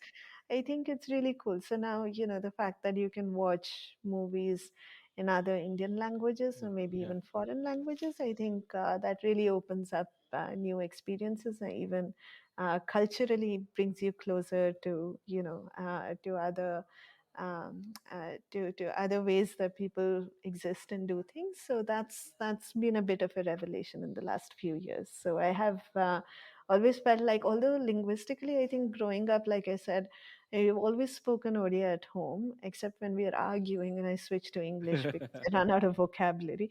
But so, and then I think growing up, I actually probably spoke a little bit of Marathi because my friends were all, Oh. folks who were Marathi, and Bengali has always felt close because of its Uh, similarity to Odia in just the sound of it. And Hindi has been familiar thanks to the movies and the fact that, like I was mentioning earlier, we had a an amazing Hindi teacher in school, and that made a big difference. So I think Hindi has always, so even though I'm sure my grammar is all messed up in terms of bhavna samajhna type Hindi, Yeah. I think I can get by. So yeah, I mean, and of course Kannada was a language in school, so there was a time when I actually spoke and knew Kannada Mm. reasonably. I mean, Yeah. passably, I had passable fluency. But I think it's just going out of practice, not having people to converse with, Yeah. that's made me lose touch. And hopefully, there's a, at some point maybe I get it back by having a good excuse to get back to it. So I think, I mean, although I've not been good at retaining linguistic memory or actual skill, I've had this kind of, patches of exposure to different languages. And I think it's Amazing. beautiful. Language really is. It's also tricky business. I mean, it's philosophically, if you think about it, I think language is our vehicle for Yeah. expression, and Absolutely. there's certain things that you can say in one language that don't really have an exact translation in Yeah. another one. So I think it's something to be cherished. I always feel a little sad when issues around language get politicized, because I think we should just be working towards Yeah. preserving all our traditions and preserving the beauty of language uh, instead of arguing about it, like so that Absolutely. so yeah, when you talk about cultural inspiration and so on, there's just so much rich heritage that's sitting in each of our sort of regional cultures. And Mm. it's nice that one of the things that I think technology has done is kind of brought some of those experiences closer home and True. easier to be a part of. So now really, I think people who want to explore, there's a lot of There opportunity is to do that. opportunity so to so I think that's been really nice, and especially in the last few years, last couple of decades, I would say. Yeah. wonderful, wonderful. Uh, so last question is, what's your future work plans? Like, you have any big projects or kind of things you are thinking to work on? Any specific Well, aspect? that's a great question. I actually Mm. do want to maybe, one thing that's vaguely on the cards is to take a bit of a sabbatical to Ah. think about this question. so, I have so I have some time to sort of introspect. And Yeah. so now that I think it feels like a certain phase is getting over with the first set of PhD students that I've worked with, basically coming to the end of the PhD experience, and hopefully will be graduating in the near future. I think with that, I think just want to take a bit of a breather and Mm. start charting out what's next. I do plan to continue doing, whatever tomfoolery I'm doing in terms of Yeah. outreach, and get, sort of being out there and experimenting with things in the classroom. And, so all of that will be business as usual for, I think, the months to come.